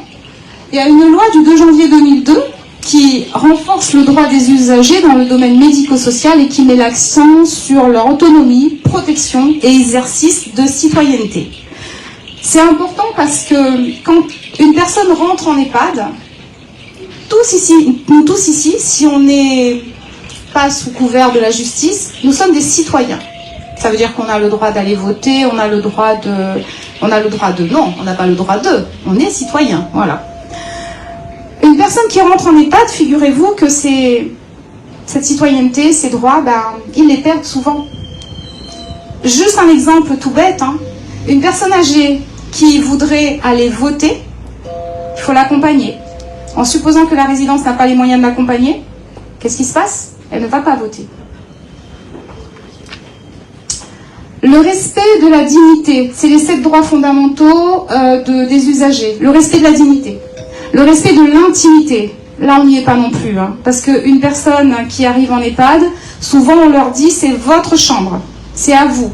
Sauf que tout le monde peut rentrer comme il veut. Pas comme il veut, mais tout le monde peut rentrer. On vous dit c'est chez vous, mais vous ne pouvez pas amener ce que vous voulez. Si vous voulez amener le meuble qui était à votre mari et que vous voulez l'amener dans votre chambre, non, c'est pas possible, on a déjà le mobilier. Vous êtes libre de faire ce que vous voulez. Imaginons que vous soyez, je sais pas moi, une marmotte et que vous vouliez vous réveiller à 10h et que votre café, vous le preniez à 10h30. Là, l'institution, elle va vous rappeler à l'ordre. Parce que si la tournée se fait à 7h, vous allez être réveillé à 7h. Parce qu'on va vous ouvrir les volets, on va vous poser votre café. Et si vous ne le prenez pas à 7h, il ne sera pas réchauffé à 10h30. Parce que les équipes ont autre chose à faire. Ce que je veux dire, c'est qu'aujourd'hui, on peut observer que entre ce qui est proposé sur le papier et ce qui se passe réellement, on a vraiment un écart qui est super important. Mais encore une fois, ne pas stigmatiser les soignants, de ne pas être là pour faire ce qu'ils ne peuvent plus faire.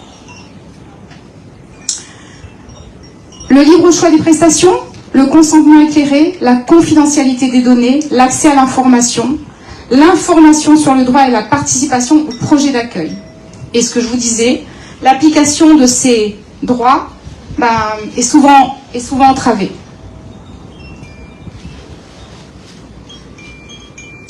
Nos besoins fondamentaux. On a tous autant qu'on est, 3 besoins essentiels. On a besoin d'avoir les moyens pour subvenir à nos besoins. On le met comme on veut. Pour certains, c'est de l'argent. Pour d'autres, c'est un bateau. Pour d'autres, c'est un frigo plein. Pour d'autres, c'est des cahiers, des stylos, peu importe. Mais on a tous besoin de quelques moyens pour subvenir à nos besoins.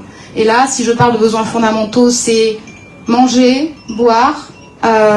Les besoins fondamentaux pour certains, c'est la sexualité, etc., etc. On a besoin aussi de temps. Parce que si on a tous les moyens et qu'on n'a pas de temps, qu'est-ce qui se passe? On n'en profite pas.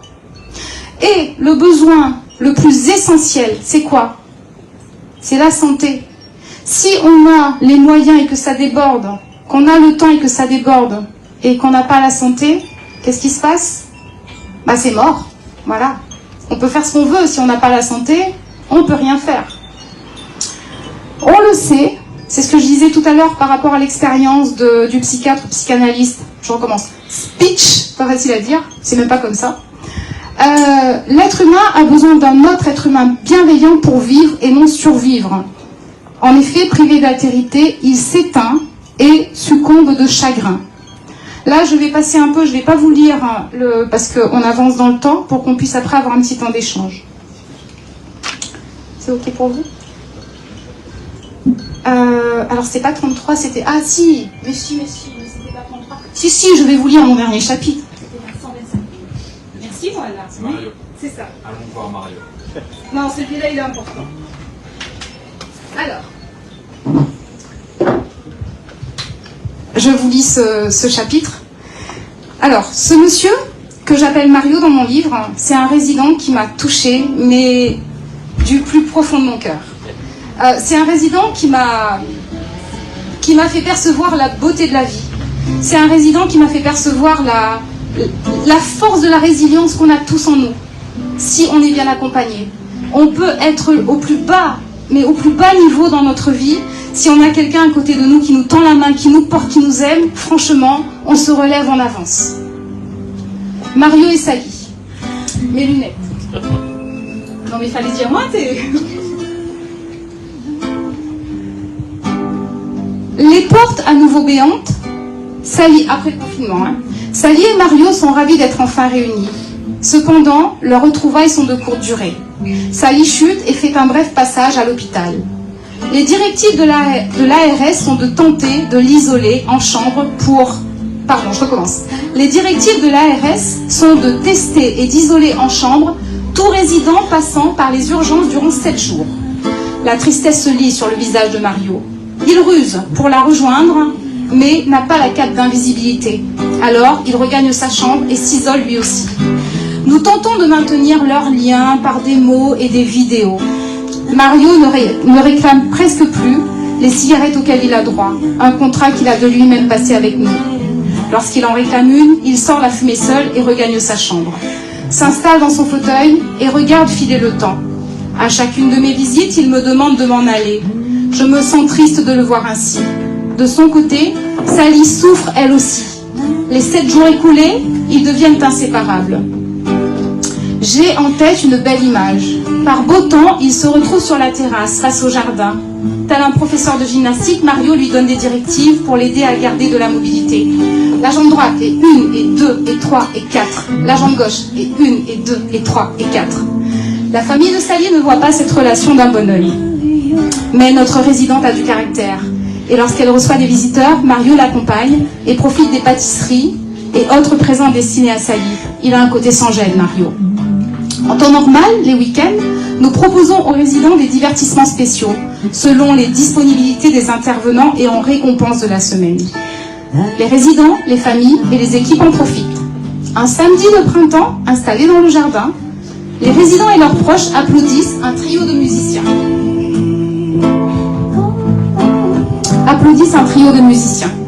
Tout semble aller pour le mieux. Les soignants viennent par intermittence, ils s'occupent des plus dépendants, répondent aux appels de ceux restés en chambre et préparent le goûter. Mario est présent, il aime la musique, il y est sensible. Nous voyons souvent rougir ses yeux lorsqu'il est ému par un air, une chanson. Parfois il pleure à chaudes larmes en pensant à Catherine, sa femme. Les résidents sont bienveillants, ils ne lui posent aucune question. Quand je le vois larmoyer, je lui tends un mouchoir et je pars. Aujourd'hui, la musique bat son plein, mais Mario n'est pas comme à son habitude. Les équipes se questionnent, lui ne s'inquiète pas. Les suspicions amènent l'infirmière à composer le 15, il est hospitalisé, il s'éteindra là-bas. Nous n'aurons pas eu le temps de nous dire au revoir. Cette nouvelle bouleverse tout l'établissement. Je propose aux résidents de rédiger des messages qu'ils souhaiteraient lui adresser.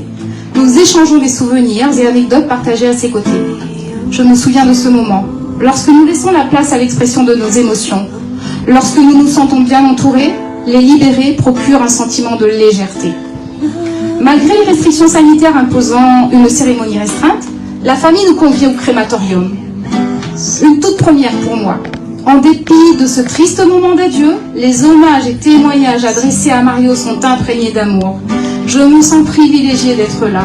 L'homme incapable de tourner une page d'un livre, seul, avait déployé sa force, son énergie de vie, d'envie. Il s'était remis debout. Malgré sa jambe traînante, aidé de son déambulateur, il marchait vaillamment et ne passait plus inaperçu. Nos messages d'adieu sont remis à la famille. Jules, son fils, en lit quelques lignes au cours de la cérémonie. Si vous avez déjà assisté à une crémation, vous savez qu'à la fin, le cercueil disparaît derrière le rideau. Pendant cette célébration, un oiseau voletait en ombre chinoise sur le toit. Cet oiseau s'est envolé lorsque le rideau s'est refermé.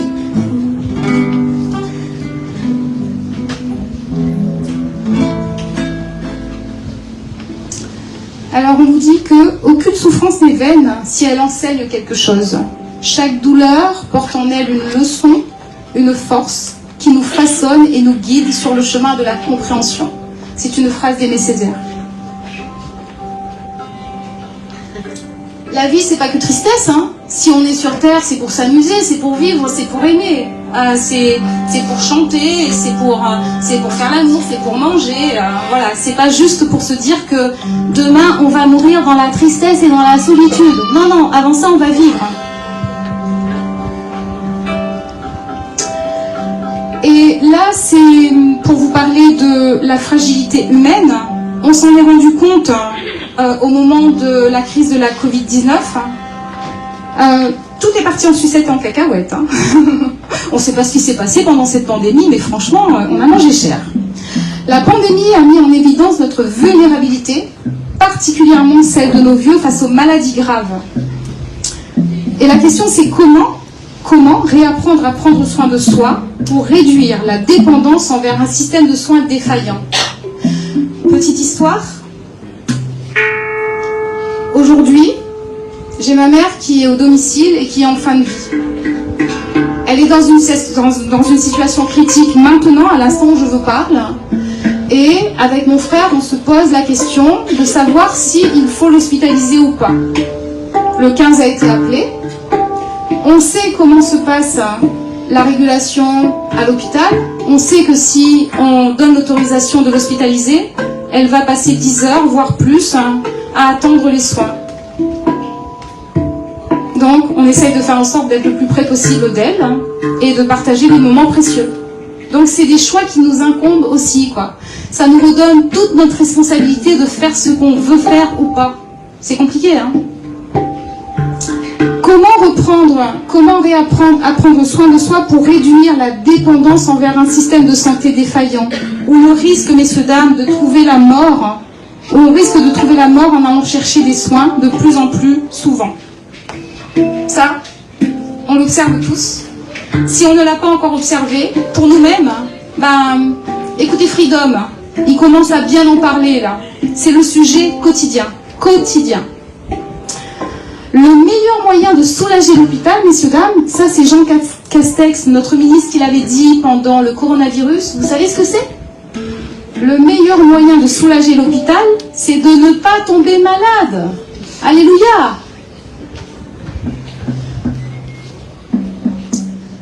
Petite bulle humoristique, c'est une petite qui doit avoir 7-8 ans, qui dit à son médecin « Je voudrais un rendez-vous pour une première échographie ». Le médecin lui dit « Mais tu n'as pas 10 ans ». Et la petite, elle dit « Oui, mais je connais les délais d'attente ».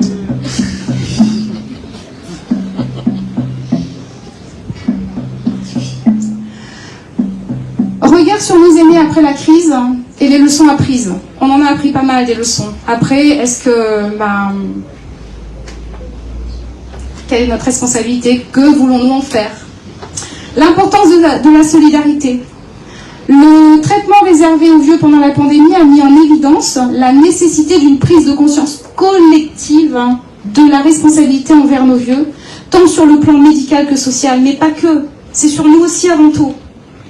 Avant de s'occuper des autres, si on n'est pas comme ça debout, on ne peut pas s'occuper des autres. Si on est allongé, c'est les autres qui vont s'occuper de nous. Et si on est deux à être allongés, micro. Si on est deux à être allongés, qui s'occupe de qui, quoi? La prédominance des connexions virtuelles, les connexions virtuelles, contribuent à l'éloignement des interactions humaines authentiques, laissant nos aînés mourir de plus en plus dans la solitude. Ça va. Alors, je regarde un petit peu l'heure. Hop. Je vous relate ce témoignage Danielle, qui a 82 ans, qui est une ancienne infirmière, constate quotidiennement les conséquences dramatiques du manque de personnel dans nos hôpitaux. Son époux Roger, âgé de 88 ans, était autonome avant d'être hospitalisé à la suite d'une chute. Il est resté 1 mois habité dans un établissement manquant de personnel. Roger est maintenant rentré chez lui, mais en fauteuil roulant, et il éprouve des difficultés à retrouver sa mobilité. Comment un séjour à l'hôpital, censé maintenir ou améliorer la santé d'une personne, peut-il lui être préjudiciable? L'hospitalisation est souvent synonyme d'alitement, ce qui est associé au déclin musculaire. Parfois, le personnel hospitalier a recours à des dispositifs tels que des sondes urinaires ou des protections. Plutôt que d'accompagner un résident aux toilettes, d'attendre qu'il se soulage pour ensuite l'installer confortablement dans son lit et l'asseoir dans son fauteuil. De plus, dans des établissements où 1 ou 2 kinésithérapeutes sont responsables de 80 à 100 résidents, il devient difficile de prodiguer des soins efficaces pour tous. On sait que 20 minutes de verticalisation évite un grand nombre de dommages et une gradatisation. 20 minutes de verticalisation. Une fois qu'on a dit ça, on observe la situation hospitalière et encore une fois, on n'est pas là pour stigmatiser les soignants, on est juste là pour applaudir ce qu'ils font au quotidien. Mais on a aussi parfois des soignants qui, dans leur focus, dans leur axe de faire, oublient le savoir-être et commettent parfois des négligences. Ça arrive.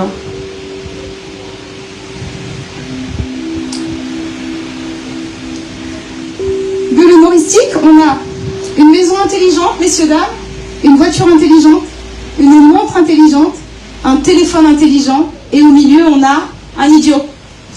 L'idiot, c'est nous. Alors, je vous raconte une petite histoire. Lorsque les montres connectées sont sorties, quasiment tous mes collègues à la résidence avaient leur montre connectée. Et un jour, j'ai trouvé une bulle humoristique que j'ai présentée aux résidents. C'est un monsieur qui met sa montre, qui lui dit combien il va perdre de kilos. Donc, il va courir en se disant qu'il voudrait perdre je ne sais combien de calories. Il va courir dans la forêt, et là, il y a un ours qui lui croque la jambe, et la montre lui dit « Vous venez de perdre 10 kilos ».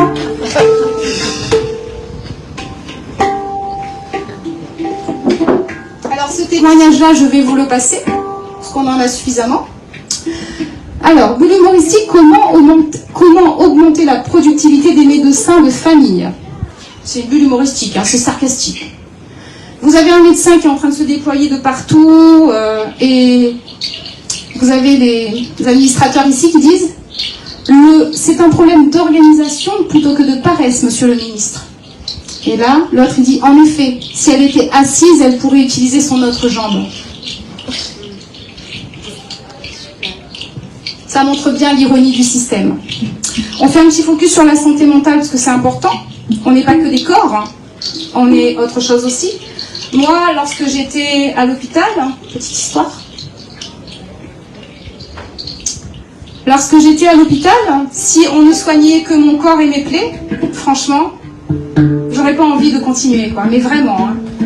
Le truc qui m'a permis, qui m'a aidé à continuer, à me sortir du mauvais pas dans lequel j'étais, c'est d'avoir des gens qui venaient, qui me regardaient, qui me proposaient un petit temps de pause, un petit café, un petit gâteau, une petite compote en plus, hein, une petite purée. C'est le contact humain, c'est la présence, c'est l'écoute, c'est le soutien.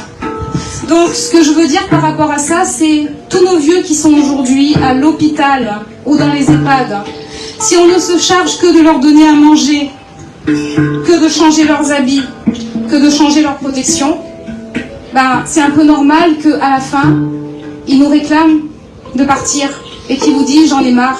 C'est normal. Parce que ce qui nous maintient en vie, c'est d'avoir des projets, c'est d'avoir des envies, c'est d'avoir des désirs. Donc à nous de donner envie, un peu par touche, à nos proches, de continuer à rester sur cette terre et de partager des moments avec eux.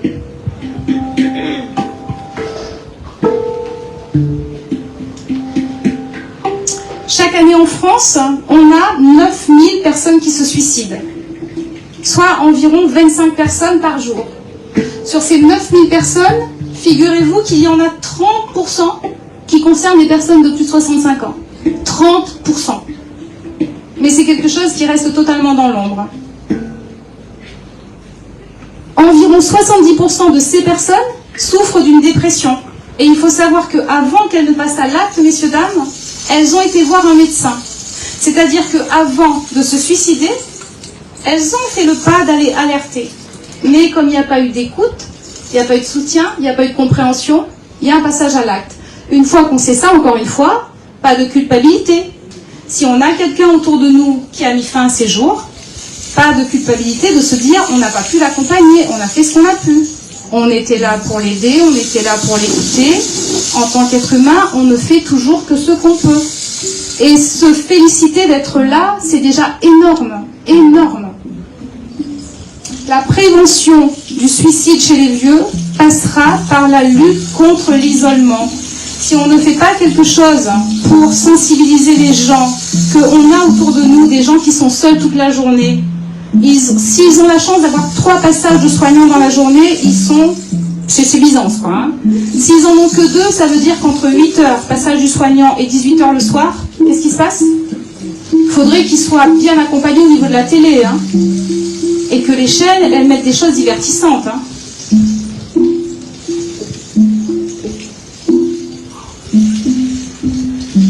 On a un 29e rapport annuel qui vient de sortir, qui a été fait par la Fondation l'Abbé Pierre. Et là, j'en parle parce que ça concerne aussi l'île de la Réunion. L'effondrement de la production de logements, dont les logements sociaux aussi. La mobilité résidentielle en berne, la hausse des taux d'intérêt, le coût des travaux, les factures d'énergie insoutenables, etc. Je parle de ça tout simplement parce que ça a pour conséquence de faire monter le seuil de pauvreté dans notre pays. Et ces valeurs-là montrent que le seuil de pauvreté n'a jamais été aussi élevé. Jamais.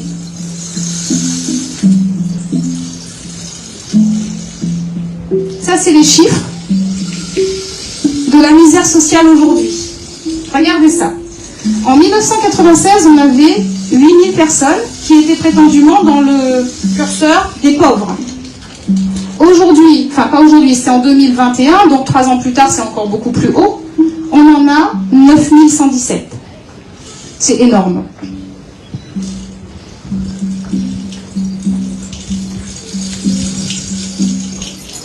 Par rapport au logement, on a M. Emmanuel Macron. Est-ce que quelqu'un le connaît? Ça vous dit quelque chose? Emmanuel Macron? Non? C'est notre président. Rosine, âgée de 85 ans, se remémore le jeudi 27 juillet 2017 où le président Emmanuel Macron, candidat à la présidentielle, affirmait: la première bataille, c'est de loger tout le monde dignement. Je ne veux plus, d'ici la fin de l'année, avoir des femmes, des hommes dans les rues, dans les bois ou perdus. Ah ouais, c'est une question de dignité, c'est une question d'humanité et d'efficacité aussi. Rosine souligne avec tristesse que 7 ans plus tard, des enfants, des adolescents, des vieux vivent en dessous du seuil de pauvreté et beaucoup d'entre eux dorment dans la rue, dans les bois, sous les ponts. Cette réalité ne suscite-t-elle pas une profonde remise en question du respect de la dignité et de l'humanité, demande-t-elle à M. Macron? Refusant de léguer un tel monde à ses enfants, elle aspire à des actions positives, incluant la sensibilisation et des politiques équitables, afin d'instaurer un changement humain, respectueux et digne pour tous. Ce que je dis à chaque fois, hein, lorsque on a mis un état des lieux d'une situation critique, critiquable, désastreuse, qu'est-ce qu'on fait derrière pour essayer de changer les choses? Qu'est-ce qu'on fait? Même si c'est un petit truc, tout petit là, qu'est-ce qu'on fait?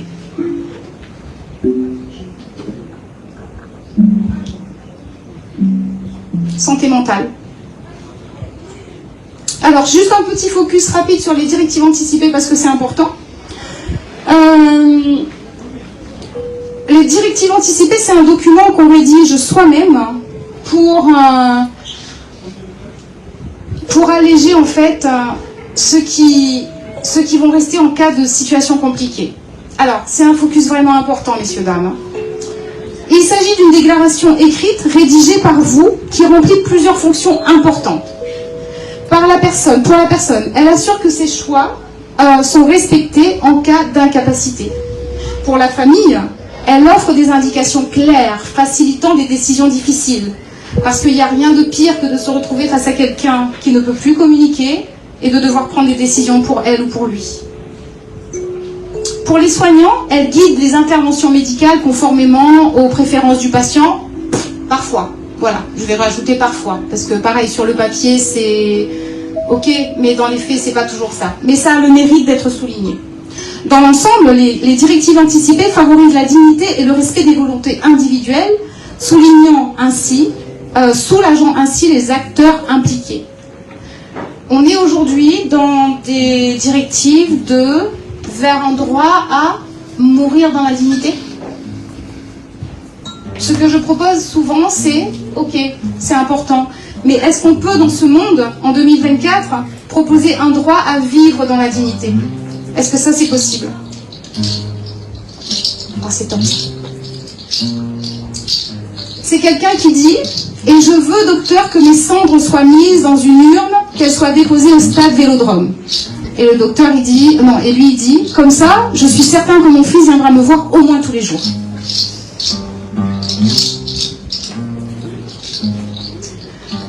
Je vais passer ça. En conclusion, messieurs, dames, on observe que la pandémie de la Covid nous donne l'occasion peut-être de repenser notre façon de voir la vie, d'accorder davantage d'importance au respect de la dignité humaine à chaque étape de l'existence. Elle pourrait nous pousser à considérer la vieillesse non pas comme un fardeau, mais comme une opportunité de célébration. Mais est-ce qu'on le veut vraiment? Est-ce qu'on le veut vraiment?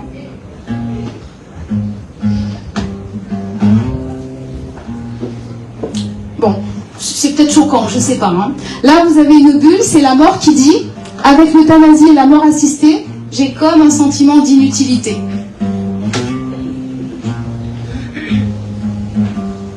Je vous propose, messieurs, dames, pour terminer ce moment ensemble, de partager un petit temps de commémoration pour les personnes qu'on a perdues, pour les personnes qui sont parties sans qu'on ait pu leur dire au revoir.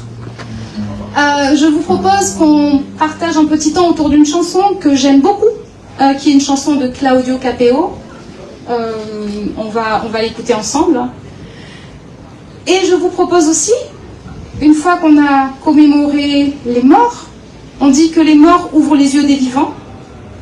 Si les gens pouvaient, on ne sait pas, parce que personne n'est revenu de là-haut pour nous dire « vive votre vie, arrête, place moi », on se dit souvent que si les gens qui sont décédés nous voyaient, ils ne voudraient pas nous voir nous apitoyer. Ils voudraient nous voir heureux, on entend souvent ça.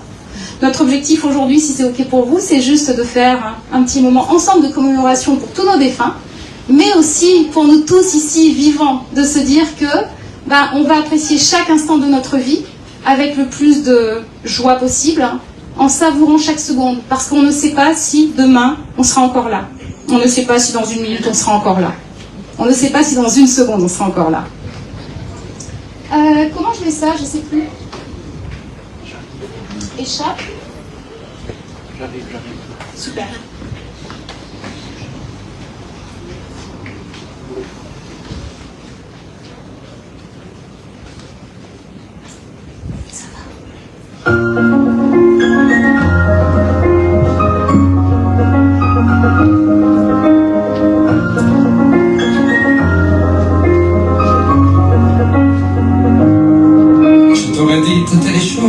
Que je ne t'avais jamais dit, que ta peau a l'odeur des roses, que j'adore le prénom Edith. Je t'aurais dit toutes les choses qu'on ne dit pas assez souvent, car souvent dans la vie on ose pas dire les choses tant qu'il est temps. Je t'aurais raconté la mer, que si la voix une fois encore, on aurait viré l'infirmière, et on aurait rigolé fort. Je t'aurais dit que ton visage me fait penser à l'océan, que tes rides ressemblent à des vagues, où vont se baigner les enfants.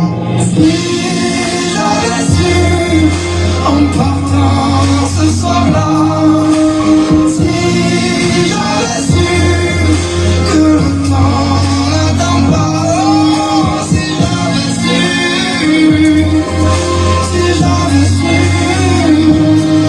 que c'était après.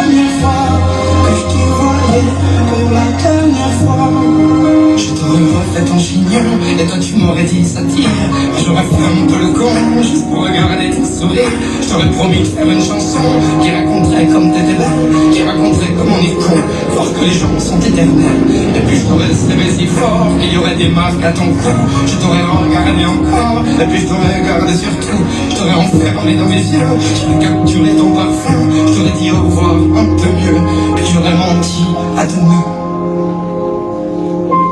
Si j'avais su en partant ce soir-là, si j'avais su que le temps n'attend pas, si j'avais su que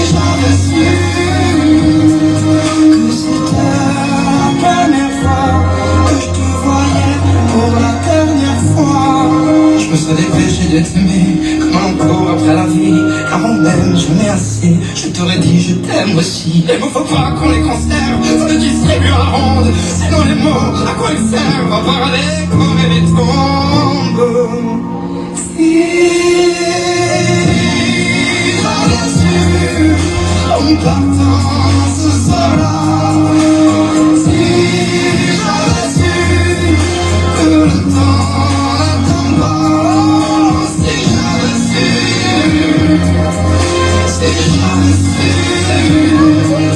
mais souvent on ne sait pas qu'on voit quelqu'un pour la dernière fois.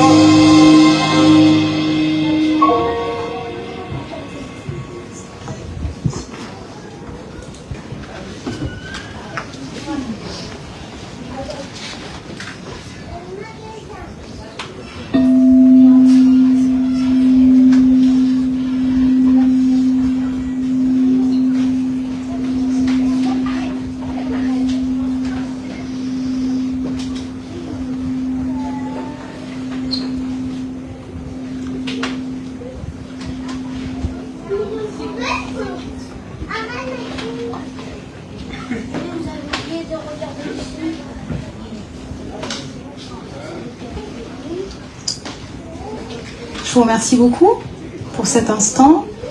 Merci beaucoup pour les partages. Est-ce que quelqu'un d'entre vous aurait quelque chose à dire? Quelque chose que vous voulez partager?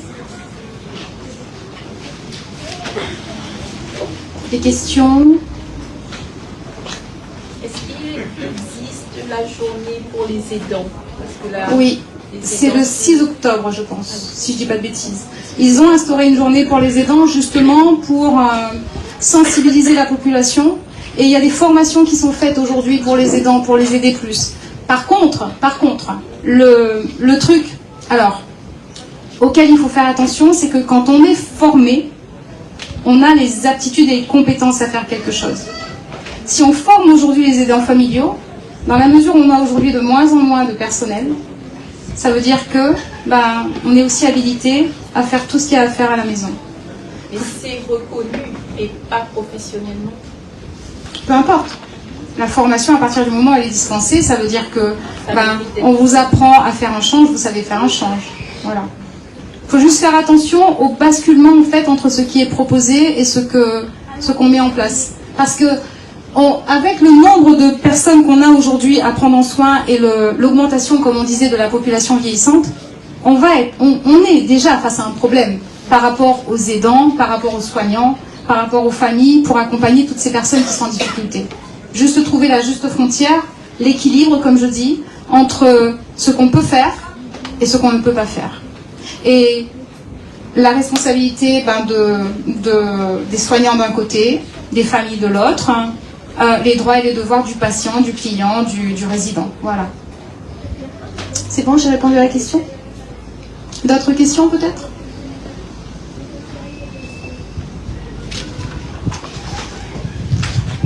Je voudrais faire un témoignage par rapport à justement cette journée des aidants.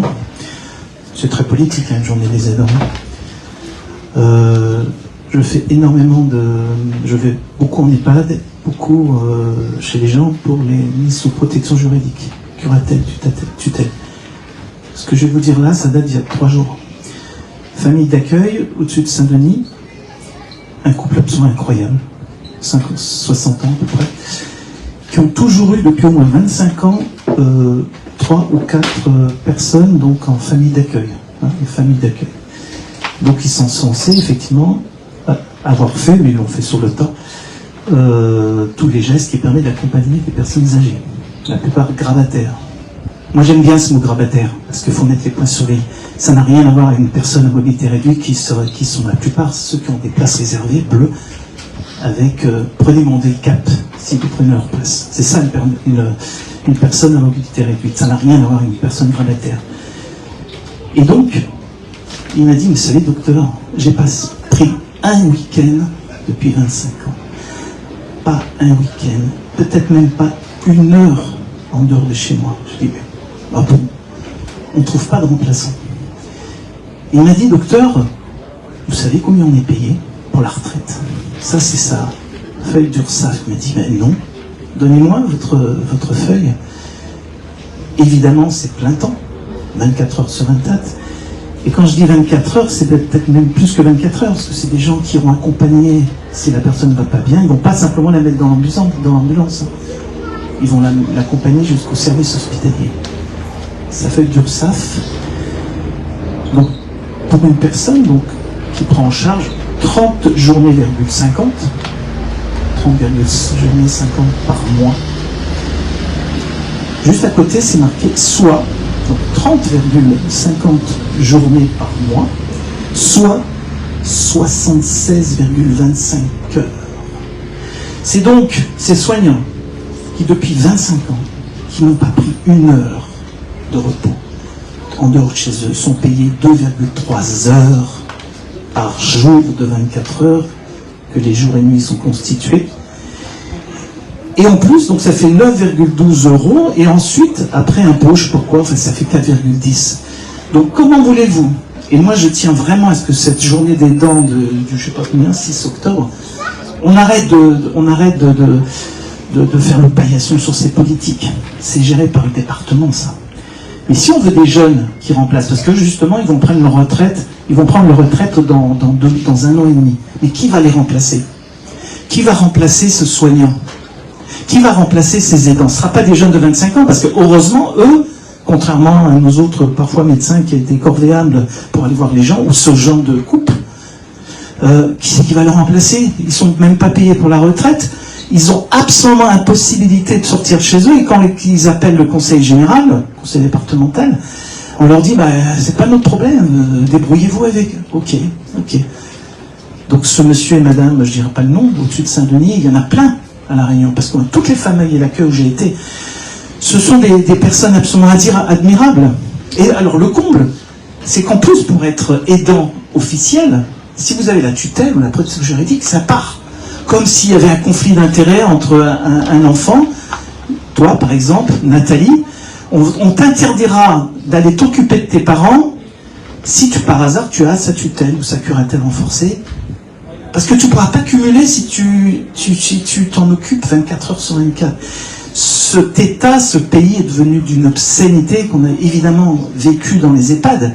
Moi, quand j'allais faire les curatelles, une des EHPAD de Saint-Denis, mais c'est horrible. Vous avez une personne âgée pour laquelle son mari venait tous les jours avant le confinement, enfin pas avant le confinement, avant les règles mises dans les EHPAD, et il se trouve cette EHPAD de l'autre côté de la vitre, porte vitrée, et une espèce de couloir avec de l'herbe. Voilà, donc le monsieur, il était de l'autre côté, mais il ne pouvait pas se toucher au cas où on lui entraînerait la mort, au cas où cette personne lui entraînerait la mort. Et quand j'allais dans l'EHPAD, à côté du jardin d'État, Saint-Denis, alors on marquait, mais je me dis, mais la famille, elle ne peut pas venir voir. Si, 2 fois par semaine. Et s'il y a quelqu'un qui vient, ah bah ça enlève 1 fois, ils n'ont plus que le droit qu'à 1 fois. Il y a un monsieur qui a déménagé les Camélias pour être à côté de sa femme, parce qu'en fait c'est une EHPAD, ou alors c'est la grande mode, il y a les enfants pour faire de l'animation, il y a une piscine, et puis il y a des gens qui peuvent... Et bien cette personne qui était physiquement à, je sais pas, à vol d'oiseau à 50 mètres, n'avait le droit de voir sa femme qu'1 fois par semaine, parce que la 2e fois elle était prise par quelqu'un d'autre de la famille. Voilà l'état dans lequel on est, et en fait on a de l'argent, on voit que cet argent il est distribué, on va pas polémiquer dans une certaine guerre, etc. On a des milliards d'euros. Et quand on voit que le seuil de pauvreté, et ils l'ont dit aux informations là, hier, plus de 50% est au-dessus du seuil de pauvreté. Non, c'est pas vrai. Si, évidemment que c'est vrai. Mais on pourrait avoir les moyens de diminuer ce nombre de personnes.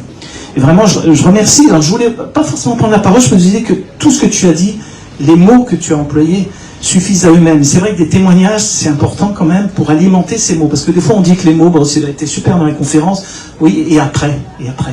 Donc, puisqu'il y a une journée des soignants, mais vraiment, si vous y allez, et à toute occasion, interpellez le maire de Saint-Joseph, qui était ancien député, interpeller le président du Conseil général pour justement qu'il mette les moyens sur ce qu'on appelle donc la dépendance. Et effectivement, et c'est drôle parce que étonnamment, tu disais tout à l'heure que tu n'as jamais entendu parler de quelqu'un qui choisirait l'EHPAD. Ben moi je l'ai dit ce matin à quelqu'un, j'ai dit si je devais être pas bien, je veux aller en EHPAD, tout simplement parce que plus j'y vais, plus je me dis je veux aller en EHPAD mais mourir seul. Parce que quand on voit les personnes, dans quel état ils sont, dans quelle dégradation, et c'est des personnes souvent à qui qu'on ne peut pas parler. C'est que moi j'y vais pour faire un certificat, et puis je m'aperçois que dès qu'on parle avec ces gens-là, dès qu'on leur dit « Ah mais dis donc, c'est qui sur la photo à côté ?»« Ah ouais, vos petits-enfants » Ils deviennent bavards, comme s'ils n'avaient pas pu utiliser leur langue depuis des semaines, des mois. C'est terrible ce qui se passe en EHPAD. Et comme vous l'avez dit, les soignants sont extraordinaires. Alors moi je ne veux pas défendre les médecins parce que moi je ne les trouve pas vraiment extraordinaires, je veux dire, depuis 4 ans, mais les soignants, infirmiers, aides-soignants, mais il n'y a pas que, hein, il y a le brancardier, il y a tous ces gens, les ambulanciers, qui vont causer dans l'ambulance. Tous ces gens sont extraordinaires. Et globalement, vraiment, ils font ce qu'ils peuvent, mais sauf quand vous avez une infirmière qui est à l'hôpital ou dans un EHPAD, une infirmière pour 30 lits, c'est sûr qu'il y a des EHPAD, et tu le dis dans une émission où tu as été interviewé, parfois ils ont de la douche 1 fois par semaine, quoi.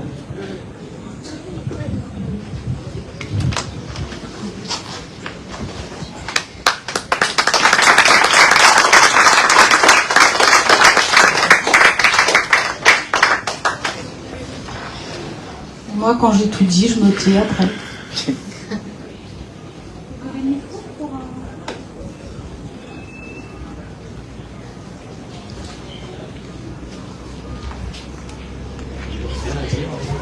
Avec sa grosse toile. On reprend. Ah non, on va faire un chancelier. Non, pas du tout. Ça se caméra jamais. C'est vous remercier d'abord, remercier Nathalie Firmini. Je vous demande de l'applaudir parce que c'était un très beau so bad cause. Merci. So bad cause, c'est bien. Ouais, so bad cause, et donc causer, raconter, dire les choses, mettre des mots sur des mots. Et donc merci à toi. Merci à Moana et Emma également pour la partie musicale, parce que mine de rien, ça fait passer aussi parfois un petit peu la pilule. Et oui, merci beaucoup. Tout en douceur, mais en même temps avec fermeté. Les choses sont dites. Et moi, j'ai pas envie d'aller dans un EHPAD, j'ai pas envie d'envoyer mes parents dans un EHPAD. Donc les choses également sont dites. Voilà. Pour vous dire donc, tout de suite après, il y a également une séance de dédicace et on a préparé également donc un petit pot de l'amitié pour terminer donc cette belle journée. Merci à vous tous, à vous toutes. Merci.